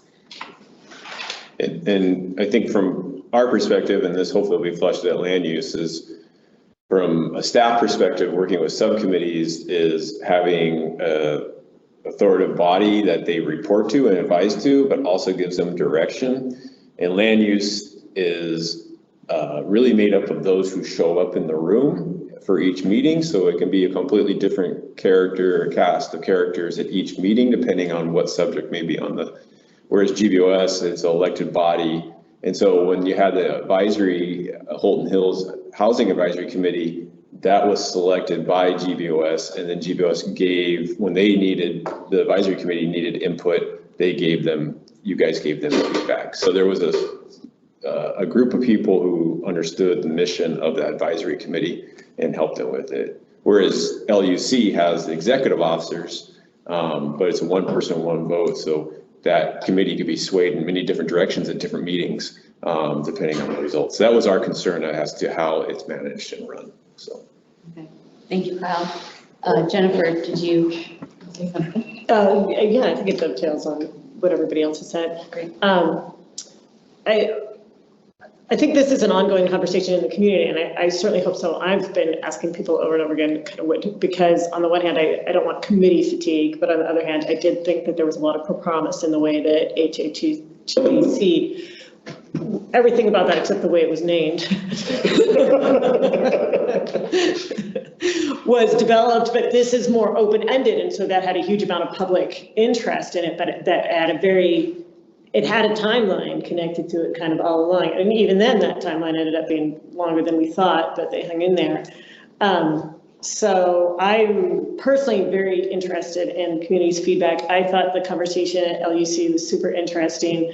I like the idea of LUC coming to us with ideas of how they would like the committee formed, but I think in the conversation I heard and with what Kyle just said too, it doesn't doesn't really work to have it overseen by LUC. It's going to have to be if we do it. But I kind of, and I suppose some of this does depend on the election and prep and all that.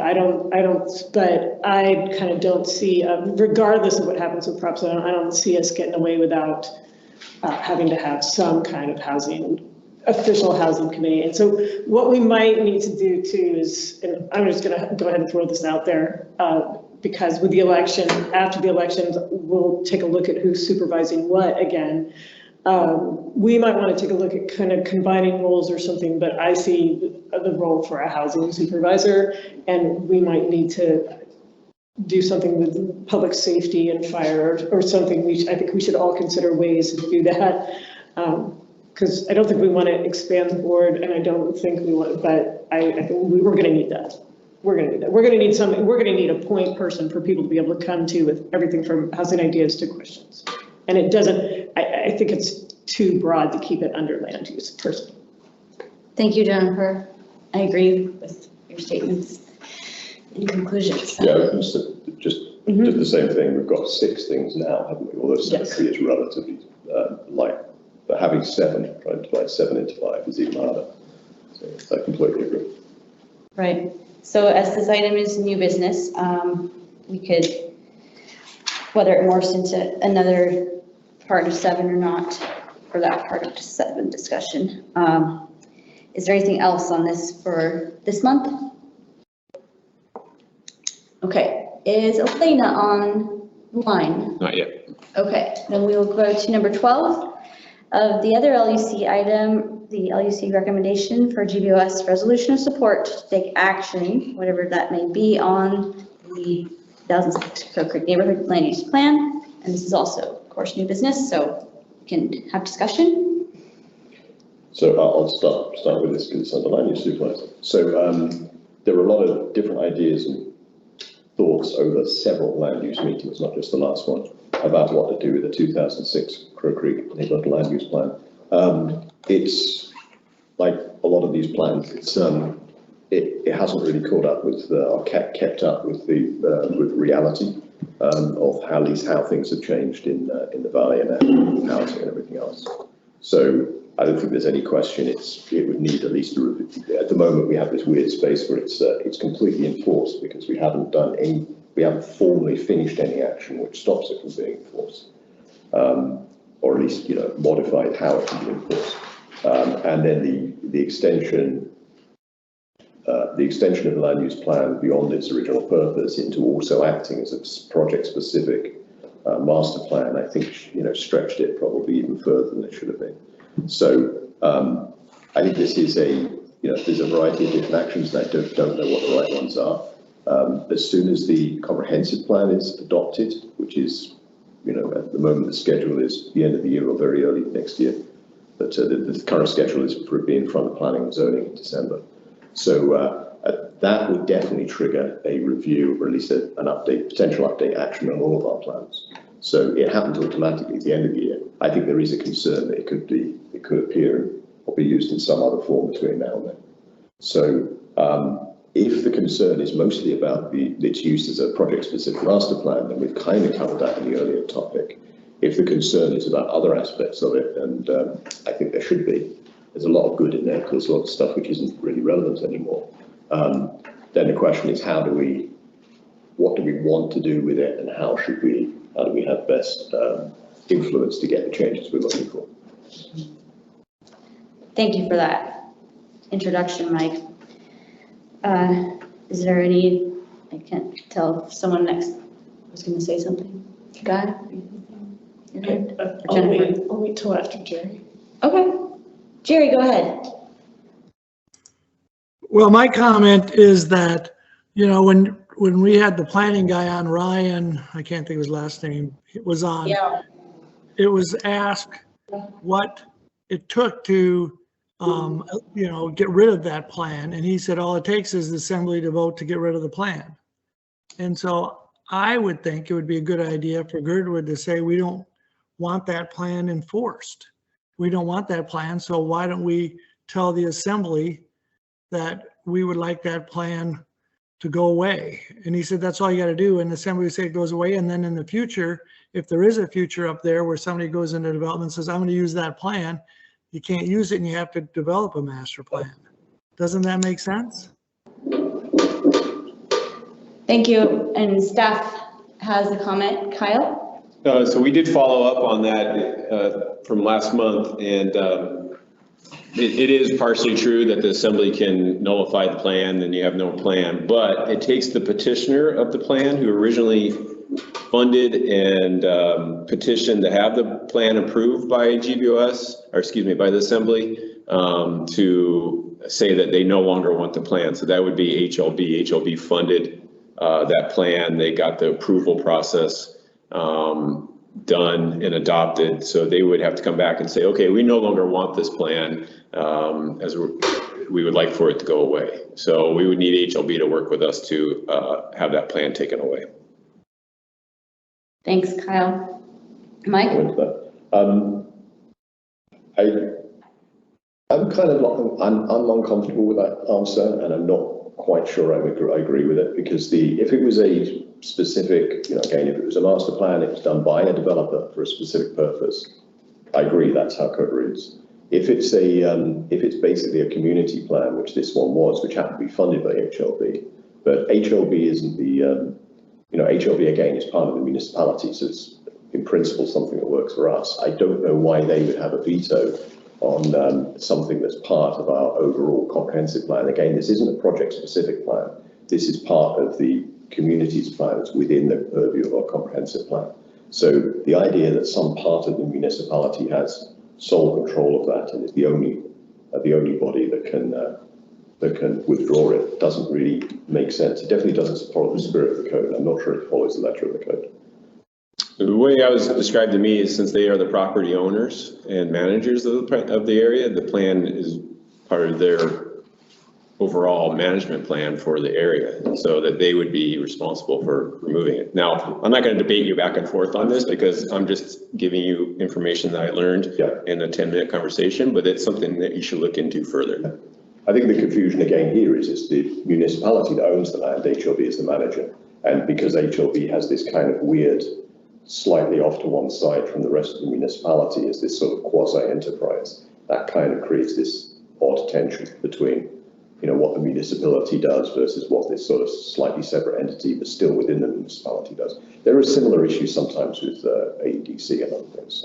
So sometimes the solution to these things is to find the solution by, and one of the things is to say, okay, we have funding to write a new plan. Yeah. And so a lot of times you could spend a lot of effort trying to get a plan removed, whereas you could probably spend just as much time getting the funding to get the new plan in place. And I think that's what really maybe you should be looking at, is the proactive approach, is like, how do we get something done, two things done at once, old plan removed, new plan started. So I think, my initial point was that once the overall comprehensive plan gets updated, then any aspects of this subsidiary plan that are in conflict go away. So what you're left with is only the aspects of the Crow Creek Lakewood Land Use Plan which are consistent with any updated comprehensive plan.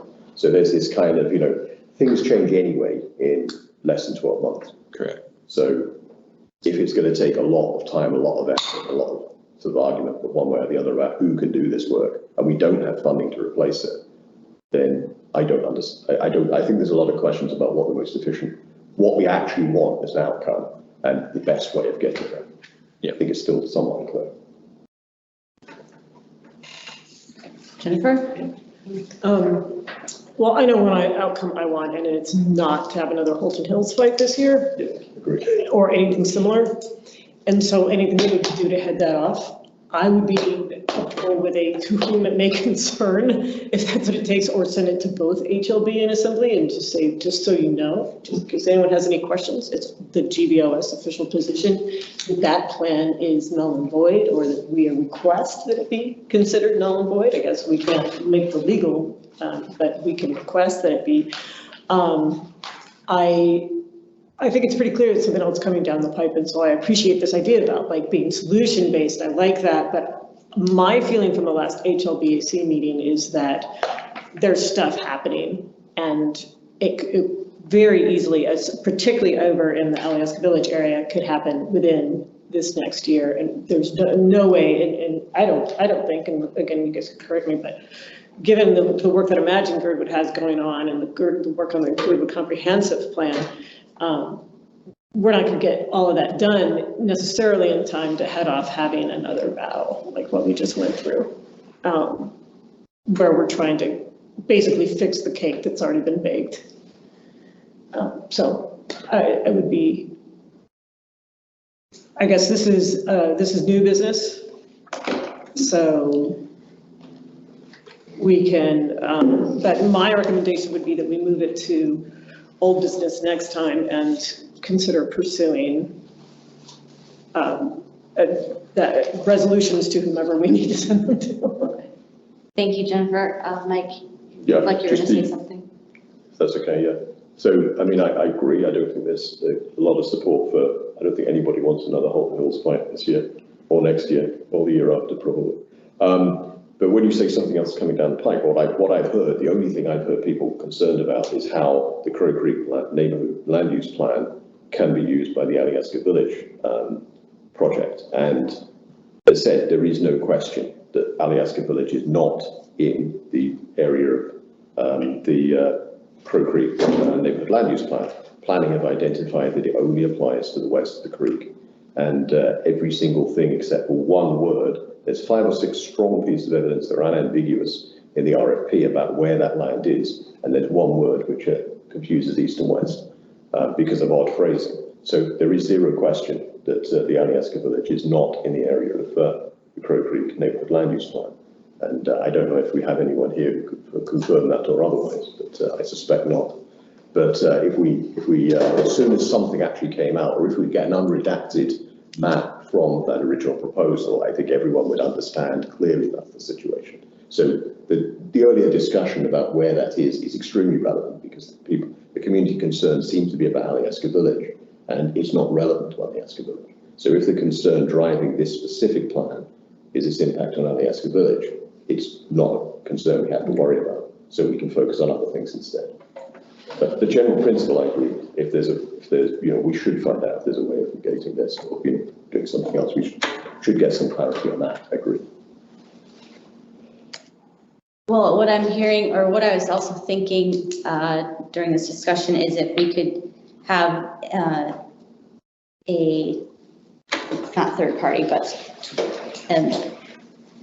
a person who's very uninvolved, but the expert in their field, like Ryan Yell, and just ask if they can meet with us to explain whether it's worth it to go into the step of making that plan null and void or not addressing it and moving toward a solution, which would be to finish what's next.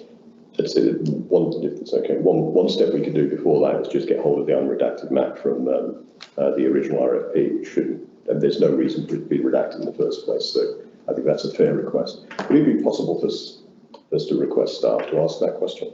Well, I just pulled up the Girdwood area plan. It has a map in it where it shows the boundaries of the plan, the study area. I can share it right now. Yeah, but I think the question isn't where the appropriate neighborhood land use plan is. I think everyone understands that. It's where Alyeska Village is.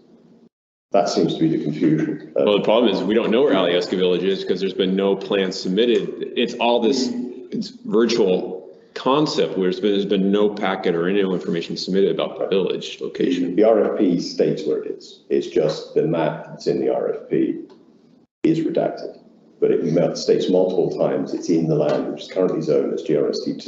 And there is only one piece of land in the whole combination of parcels zoned as GRST2, and it's to the east of the creek. So there is no ambiguity here, except there's one poor piece of phrasing where east and west are confused.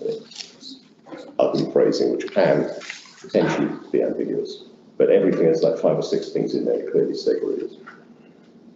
But this is kind of an aside. If we just get hold of the map, the problem will be solved. I don't think there'll be any confusion.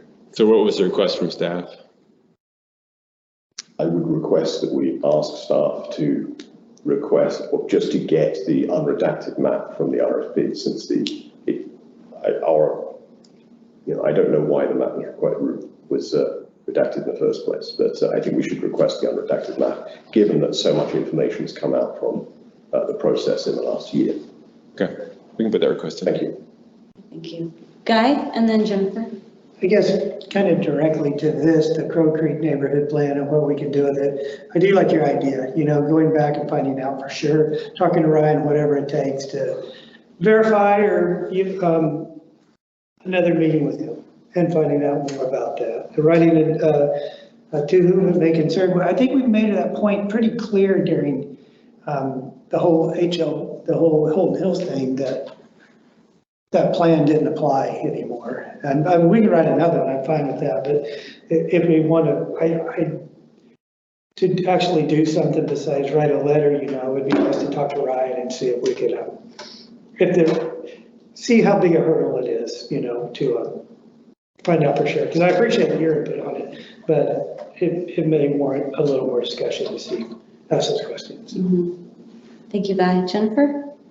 I just want to briefly state, I think we got down another rabbit hole there. I'm not actually specifically worried just about LES Village. There's a number of things happening and in the hopper, at least according to the rumor mill. So that is, and whether that's possibly neither here nor there, but at no point that I'm aware of did we officially say as a board, we disagree with, or we would prefer that this be viewed as null and void. So we haven't actually said that on a piece of paper. That was our community. I think that was our community consensus, like, you're doing what? Right. And particularly because of the way in which they cherry picked. So I do want to make clear to all the people who might be listening, who did tremendous work of Crow Creek neighborhood plan, that I think the big community frustration was the way in which that was cherry picked. And I think that was problematic from at least some of the people I talked to that found it. Doesn't mean it doesn't have many good things that we would like to save and salvage, but the way in which it was used in parts and pieces was problematic. But anyway. Thank you. There were two hands, but Brett, yours is up, so go ahead. Right, I wanted to help add a little bit of context to this as you consider it. So I know that Commissioner Ron Tenney represents Girdwood on HLBAC, and he made comments in not this meeting, but the meeting before, related to wanting to have this Crow Creek neighborhood use plan abandoned, if you will. And so I think it would go a long way to guiding the advisory commission if you did have a stance one way or the other that said that you wanted to retain or not, I guess, or petition to abandon. I will also comment that that plan was used to, even though there was no documented connector between the Crow Creek neighborhood developments and into downtown via Hightower, that plan was used, and there were no site-specific studies executed per policy.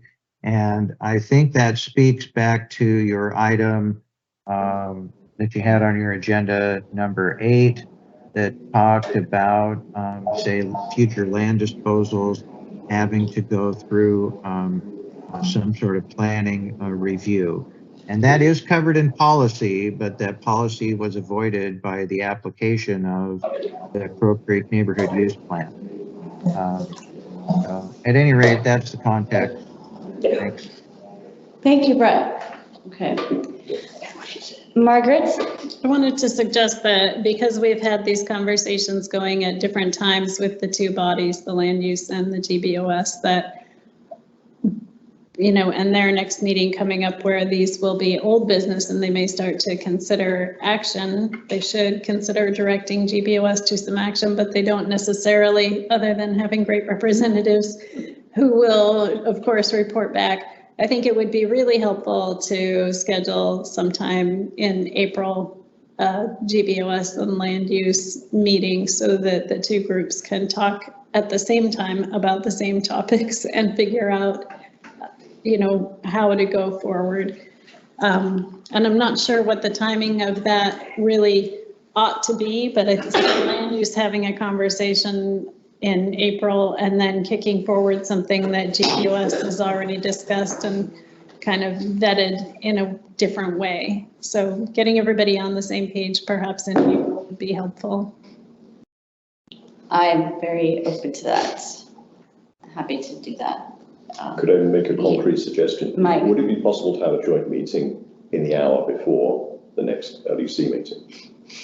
Sure. If it's possible in terms of scheduling and room availability. Yeah, that sounds great. I think we consider both these topics, both the plan aspect of it and the area master plan and the housing working group, just to get sort of aligned so it's clear where we're. I think that sounds great. Thank you. Good I'll work suggestion. on that. Yes.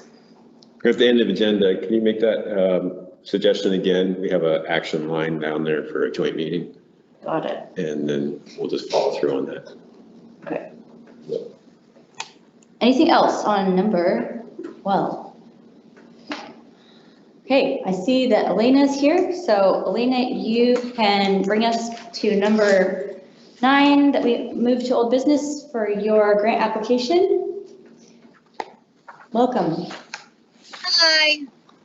I'm sorry that I was delayed. I hit bedtime, so I was trying to get on at 8:30 and missed my slot, so I'm apologetic for that. But this is a quick, yeah. So I'll just give you kind of the quick spiel. Girdwood Bearware is submitting a grant request, or we have already submitted it now. It was due last week. And so we did submit a grant request. Our project got 2 parts to it this year.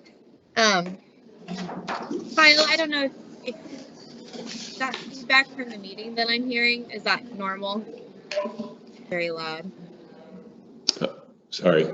No, there's nobody else doing anything. Okay, I just wanted to be sure. I was like, oh no, sorry. Yeah, so 2 projects. We have 1 project that we are looking to create a wildlife safety educational curriculum. And so this is an idea that came about from participating in some of Alaska Department of Fish and Game's educational program that they provide every year here to the school and around the state. And we were thinking that it feels like there's a need to have a more targeted program that's focused on rural communities like ours here and throughout the KMTA corridor that hits home more of the message basically that of what kids experience living here, which is that you really can run into a bear or a moose anywhere. And we'd like for there to be a better program that targets being prepared for that. So the request is a 3-year grant request to create a curriculum that's targeted for a community like ours. And the second part of our request is for a wildlife conflict management plan. And that's a request that we've brought here before. GBOS has supported prior grant requests that we've made towards this effort. We are looking to kind of come full circle with some of the work that we've been doing with Wind River Bear Institute and put together a conflict management plan that would capture kind of the current state of affairs with the community here.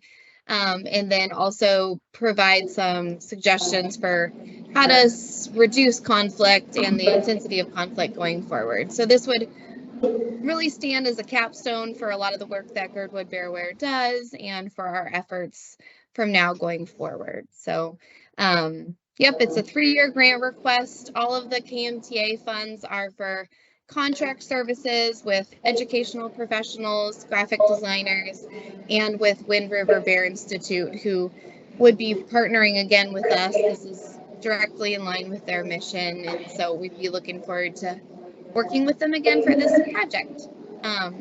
Yeah, so I'm here today just hoping to get a resolution of support from GBOS as this would take place in our community. We did submit letters of support from Girdwood School, Four Valleys Community Trust, from Rotary, from Fish and Game, and then hopefully one from GBOS. Yeah, so I'm happy to answer any questions. I know I kind of did my spiel really fast. I know you guys have a lot of really important stuff on your agenda. Thank you, Elena, for this resolution and for all of your service and time on this really important project and mission. Are there any questions from the board? Do you need to read this into the record as a motion? I don't think you need to, but. No, well, we can move it as a motion. So Okay. we'll move this item as a motion. All right, this is moved. Do we have a second? I'll second. Thanks, Jennifer. Any discussion? Jennifer? Yeah, this looks fantastic, and with tons of support and appreciation to Mike for the work you've done through Girdwood Bareware and all that. I know we've got a lot of stuff going on in the community right now. But there's one thing that feels just a tiny bit odd. I just want to float the suggestion with nothing personal about anything about maybe having the other co-chair be the signer on this. That's what I wanted to do. Oh, I'd be happy, really happy to. Sorry, just to make sure that there's no problem. I was going to suggest I think they fall probably better under Parks and Rec or as a co-chair thing. I don't mind which side, rather someone else sign it. Right. And that actually makes more sense to me because Elena emailed just before we're supposed to have our normal meeting that was bumped a week. And I kind of just assumed I would be looking at it. And, but so I'm happy to be the signer here or co-signer. And I only wanted to add one word to the title, Elena, after Turnagain Arm National Heritage Area, just tiny at the top. If that's what you intended to have. It's in one of the whereases below that. Yes, we can I can make that change, or you can. I think I sent this over as a Word document, so yes, we can put that in. I think I have national down below, so maybe I just. Yes. Sorry. Yep, you did. So can I make an amendment then that that this becomes a document signed by Brianna in either capacity? I don't know which. Okay, we have a motion that Brianna can sign this as Parks and Rec work coach. Since I don't think there's going to be a desire to split these into two different votes, I'd also just suggest that we change the title to include national. Okay, so we have those two small amendments. Do you have a second? Okay, second from Jennifer. Any objections to that? Okay. Kyle, could you do a roll call vote for the resolution? Sure. Brianna Sullivan? Yes. Mike Edgington? Yes. Guy Wade? Jennifer Wingard? Yes. Amanda Sassy? Yes. Motion passes 5-0. Okay. Anything? Thanks, everybody. I really appreciate it. Thank you for all the work. We look forward to this summer after winter first. And we'll go back to number 13. Kyle, discuss Girdwood capital projects list. So we try to visit this every year and just keep up to speed on it. Be honest, I haven't had a chance to really dive back into this yet, but there are a list of projects that we have completed over the years and projects that are still pending that we're hoping to get funding for out there. And so I always kind of leave things that we completed on there so we know what we're getting through and what things we're working on to get that moving forward. And so we wanted to share this with you. It is new business. We don't expect any action on it tonight. But it gives you a chance to read through it. And at the next meeting, I may have some changes to go with it and probably most likely associated with funding levels as those are constantly changing. And we may have a project or two that we're going to add in that aspect. So, and then at the next meeting, we can give updates on a lot of these projects because some of these are in motion, some are stagnant, and others we haven't even got to yet. So, but we just wanted to make sure and share this with you tonight so you get a chance to read through it for next month's meeting. Thank you, Kyle. Question from Jennifer? Just super quick, just as a reminder, if I remember correctly, this is not in priority order. Is this age order? Is that correct? Or is it in priority order? No, it's more age order. Okay. And yes, that's probably more along those lines. Priority usually flushes out as to what we find as we go through a project list and we know what the community need is, so. Mike? I was going to ask the same thing. I was All just right. wondering if during that discussion, we could actually, try to Prioritize them, yes. And what I can do on our side is we'll prioritize what we feel from staff perspective, but then we can organize it after the discussion as well. Great. Thank you for that. Okay. Item number 14, set meeting dates for 2022 budget review. Yeah, we like to set well, we're going to discuss this with you at next month's meeting. I think we want to see what happens with election results and then figure this all out. So they have just closed the books, I think, for the most part on 22. And so we could try to put this together. We could try to put this together the next month if that's the will of the board, and then we can do a follow-up with whatever the makeup of the board is following the election too, to get a briefing on 22 review of finances. Kyle, because you'd ideally want to do it in April. I'd like to do it in April. Yep. Some point before we get into May, because it just gets harder to meet in May with special meetings, and it's always good to have still within the first quarter of the year. So about. Any thoughts from the board? So you're saying meet after the election, but before or after our meeting as well, late part of April? Yeah, well, now I'm thinking about it. I'd like to do it with the existing board right now, since you're so involved with 22 and you can see the results of our fiscal year for 22. And then whatever the makeup of the board is after, we have new members, we can brief them on what the fiscal year previous was and how it drives this year. Mike? How long do you think this will take? I'm just wondering if we could have a special meeting again, use the 6 o'clock trick, and have a special meeting immediately before the GBOS, our next GBOS meeting, so we don't have to schedule a different day.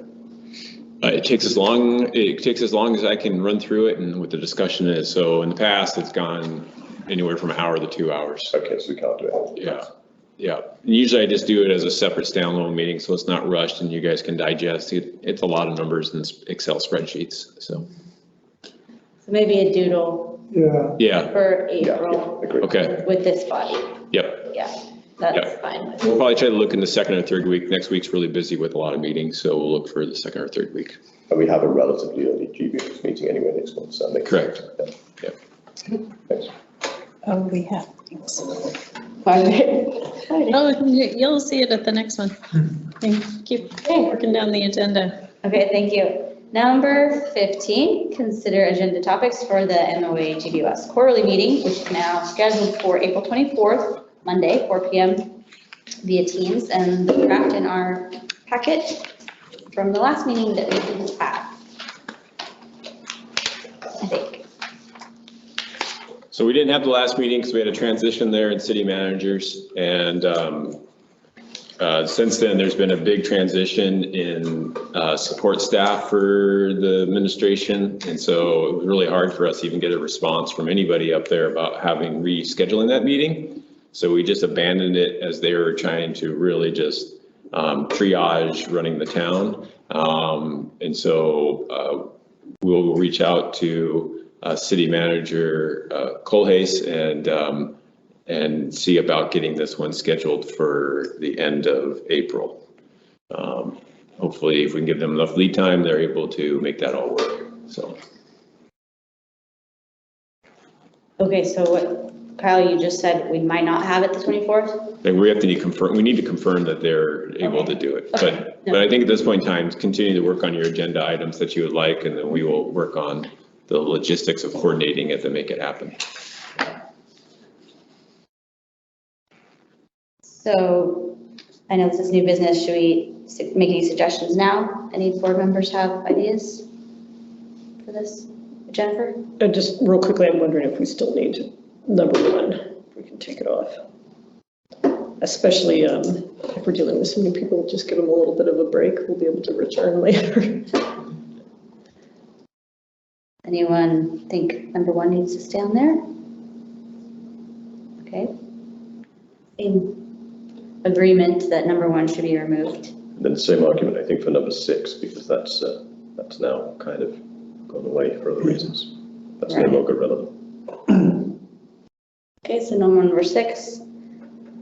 I wouldn't mind, with the new season approaching, checking in if we could have an update on the Alaska Waste staffing for the transfer station, in case they're back up to our ideal staffing level to go to different hours when we have more people and trash.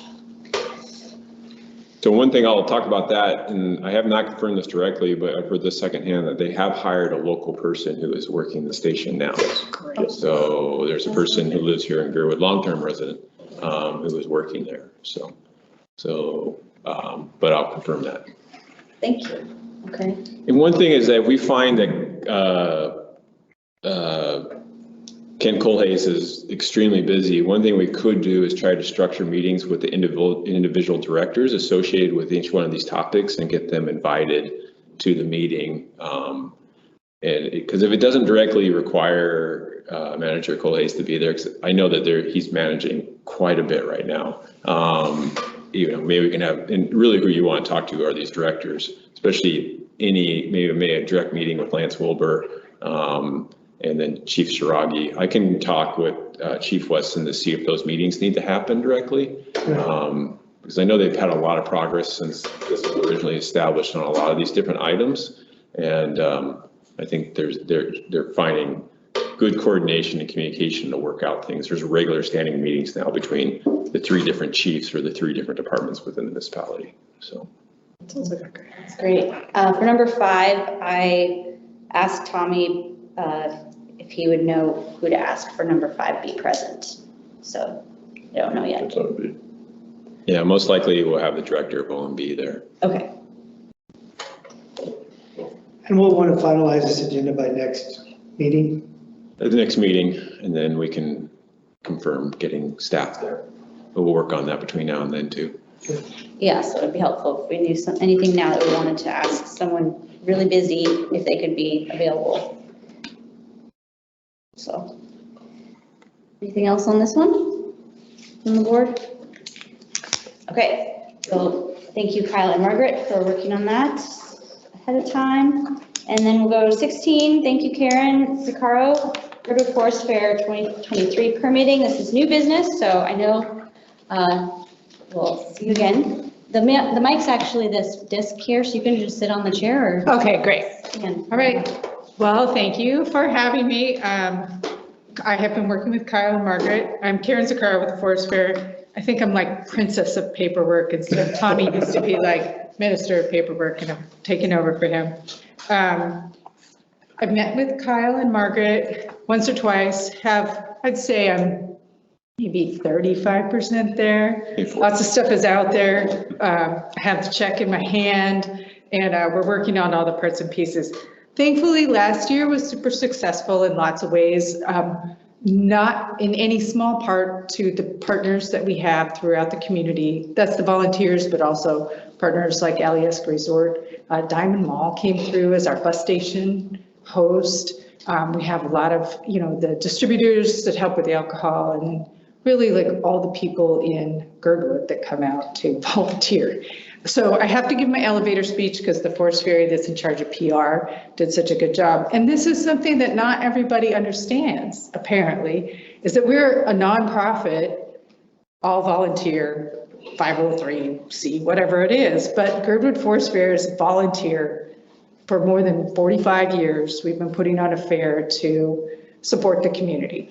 So let me read her part. We're run solely by volunteers, and the proceeds from the event are donated back to the Four Valleys community every year. In 2022 was a great year for the event, and we're happy to announce that the Forest Fair has donated over $40,000 back to local community organizations in the Four Valleys area. Some of the recipients are Challenge Alaska, Girdwood Center for the Visual Arts, Girdwood Fine Arts Camp, Little Bears Playhouse, Girdwood Fire Department, Girdwood Nordic Ski Club, Four Valleys Community Schools, Girdwood Rotary Club, Girdwood School Garden, Girdwood Community Garden, Hope EMS, Girdwood Community Club, KEUL, Girdwood Lions Club, Sladen Mole Baseball Field, Upper Crow Creek Association, Girdwood Food Bank, Girdwood School PTA, Girdwood PTA, the Washington DC trip, which is happening soon, Girdwood PTA, the theater group, the skate park, Glacier City Transit, Girdwood Trails Committee, Girdwood Inc., Forest Fair Scholarship Fund, and Forest Fair Park Improvement Fund. So there's a lot of benefit that comes out of all the work that everybody puts into Forest Fair. So thank you, everybody. Because we enjoy helping the community and we enjoy hanging out with everybody when they come out for Forest Fair. So in your packet, I will be coming eventually for an approval on, once we get all our permits in, we'd like an approval for the Forest Fair event this year, which is July 7th, 8th, and 9th. I have given you a draft site plan that has all the regular things about everything that we're doing. And I have also there's a map that's somewhat updated. And I have also shared our updated fire plan with Fire Chief Weston, though I have not gotten any comments back from her. So if you see anything in there that you think we should talk about, I'd like to talk to her about it first. I'm just going to give you some highlights of just some things that will be a little different this year. One of the things was feedback. We get feedback from the community, from all of our volunteers, and then we get it throughout the year. People give us extra information. So we understand we had to get the food out from the main place where everybody was used to seeing it, partly because it was a congestion problem there, but it was also a fire hazard. The fire department, our fire marshal didn't like it under the trees.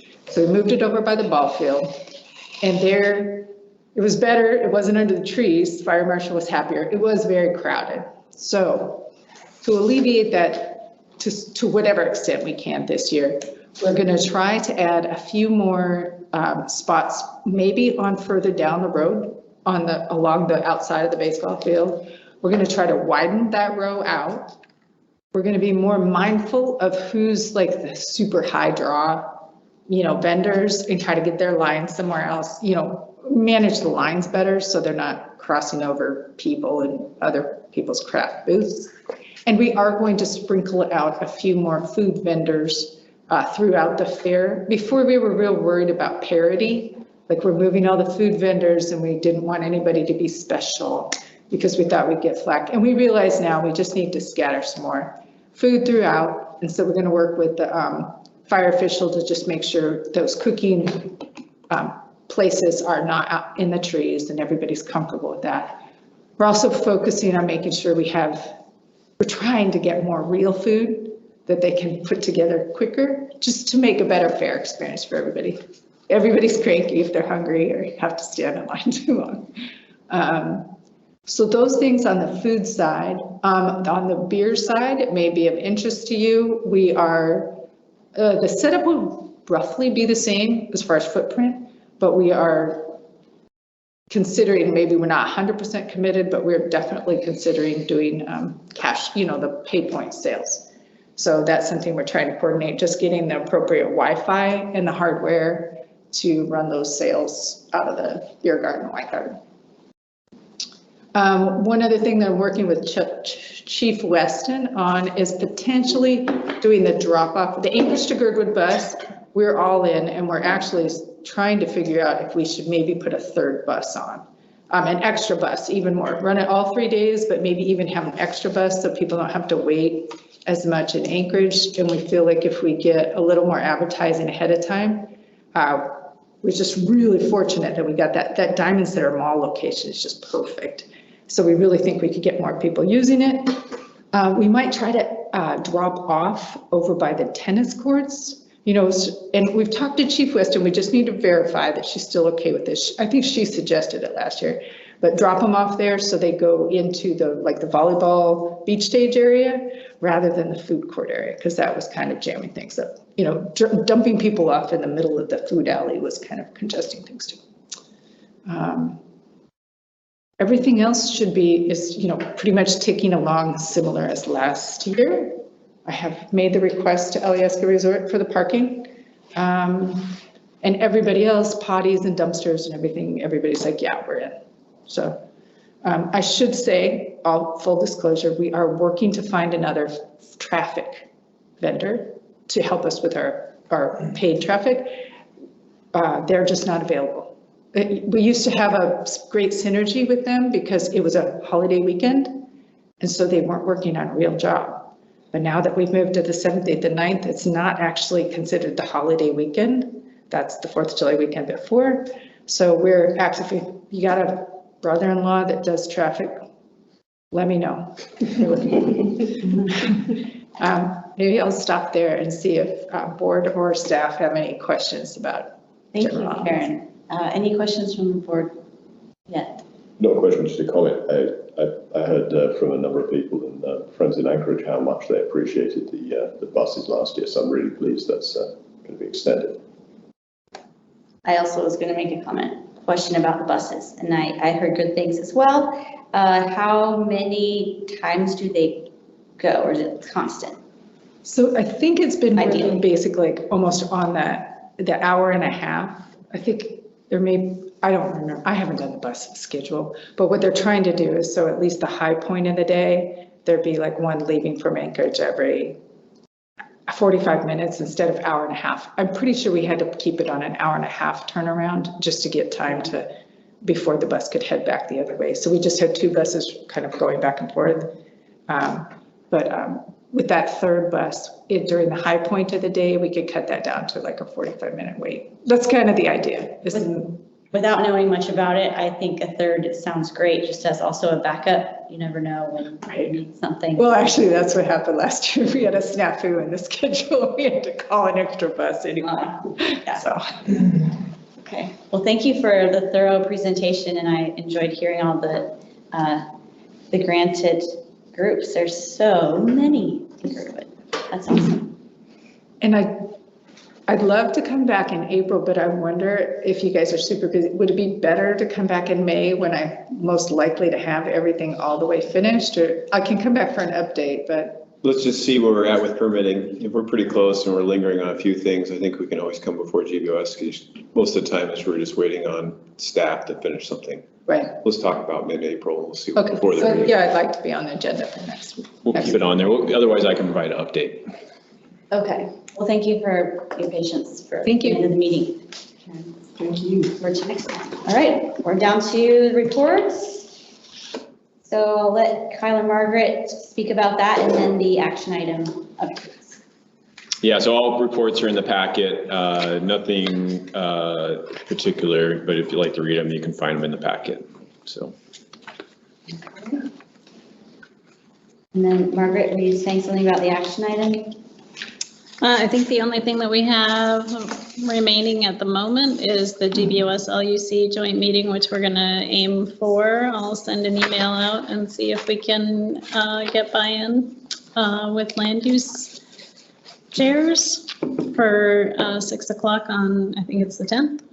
Yes. I think that would be a big help. And then I don't think we have any other meetings at the moment that we'll send a poll and figure out what to do about the budget meeting. All right, thank you. Review the budgets.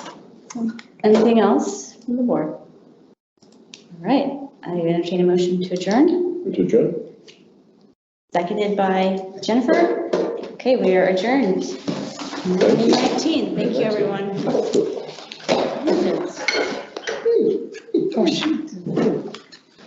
You might have better stuff in the back. Actually, you can take that. You might have better stuff in there. I see how it rolls. I think I've got like one lead.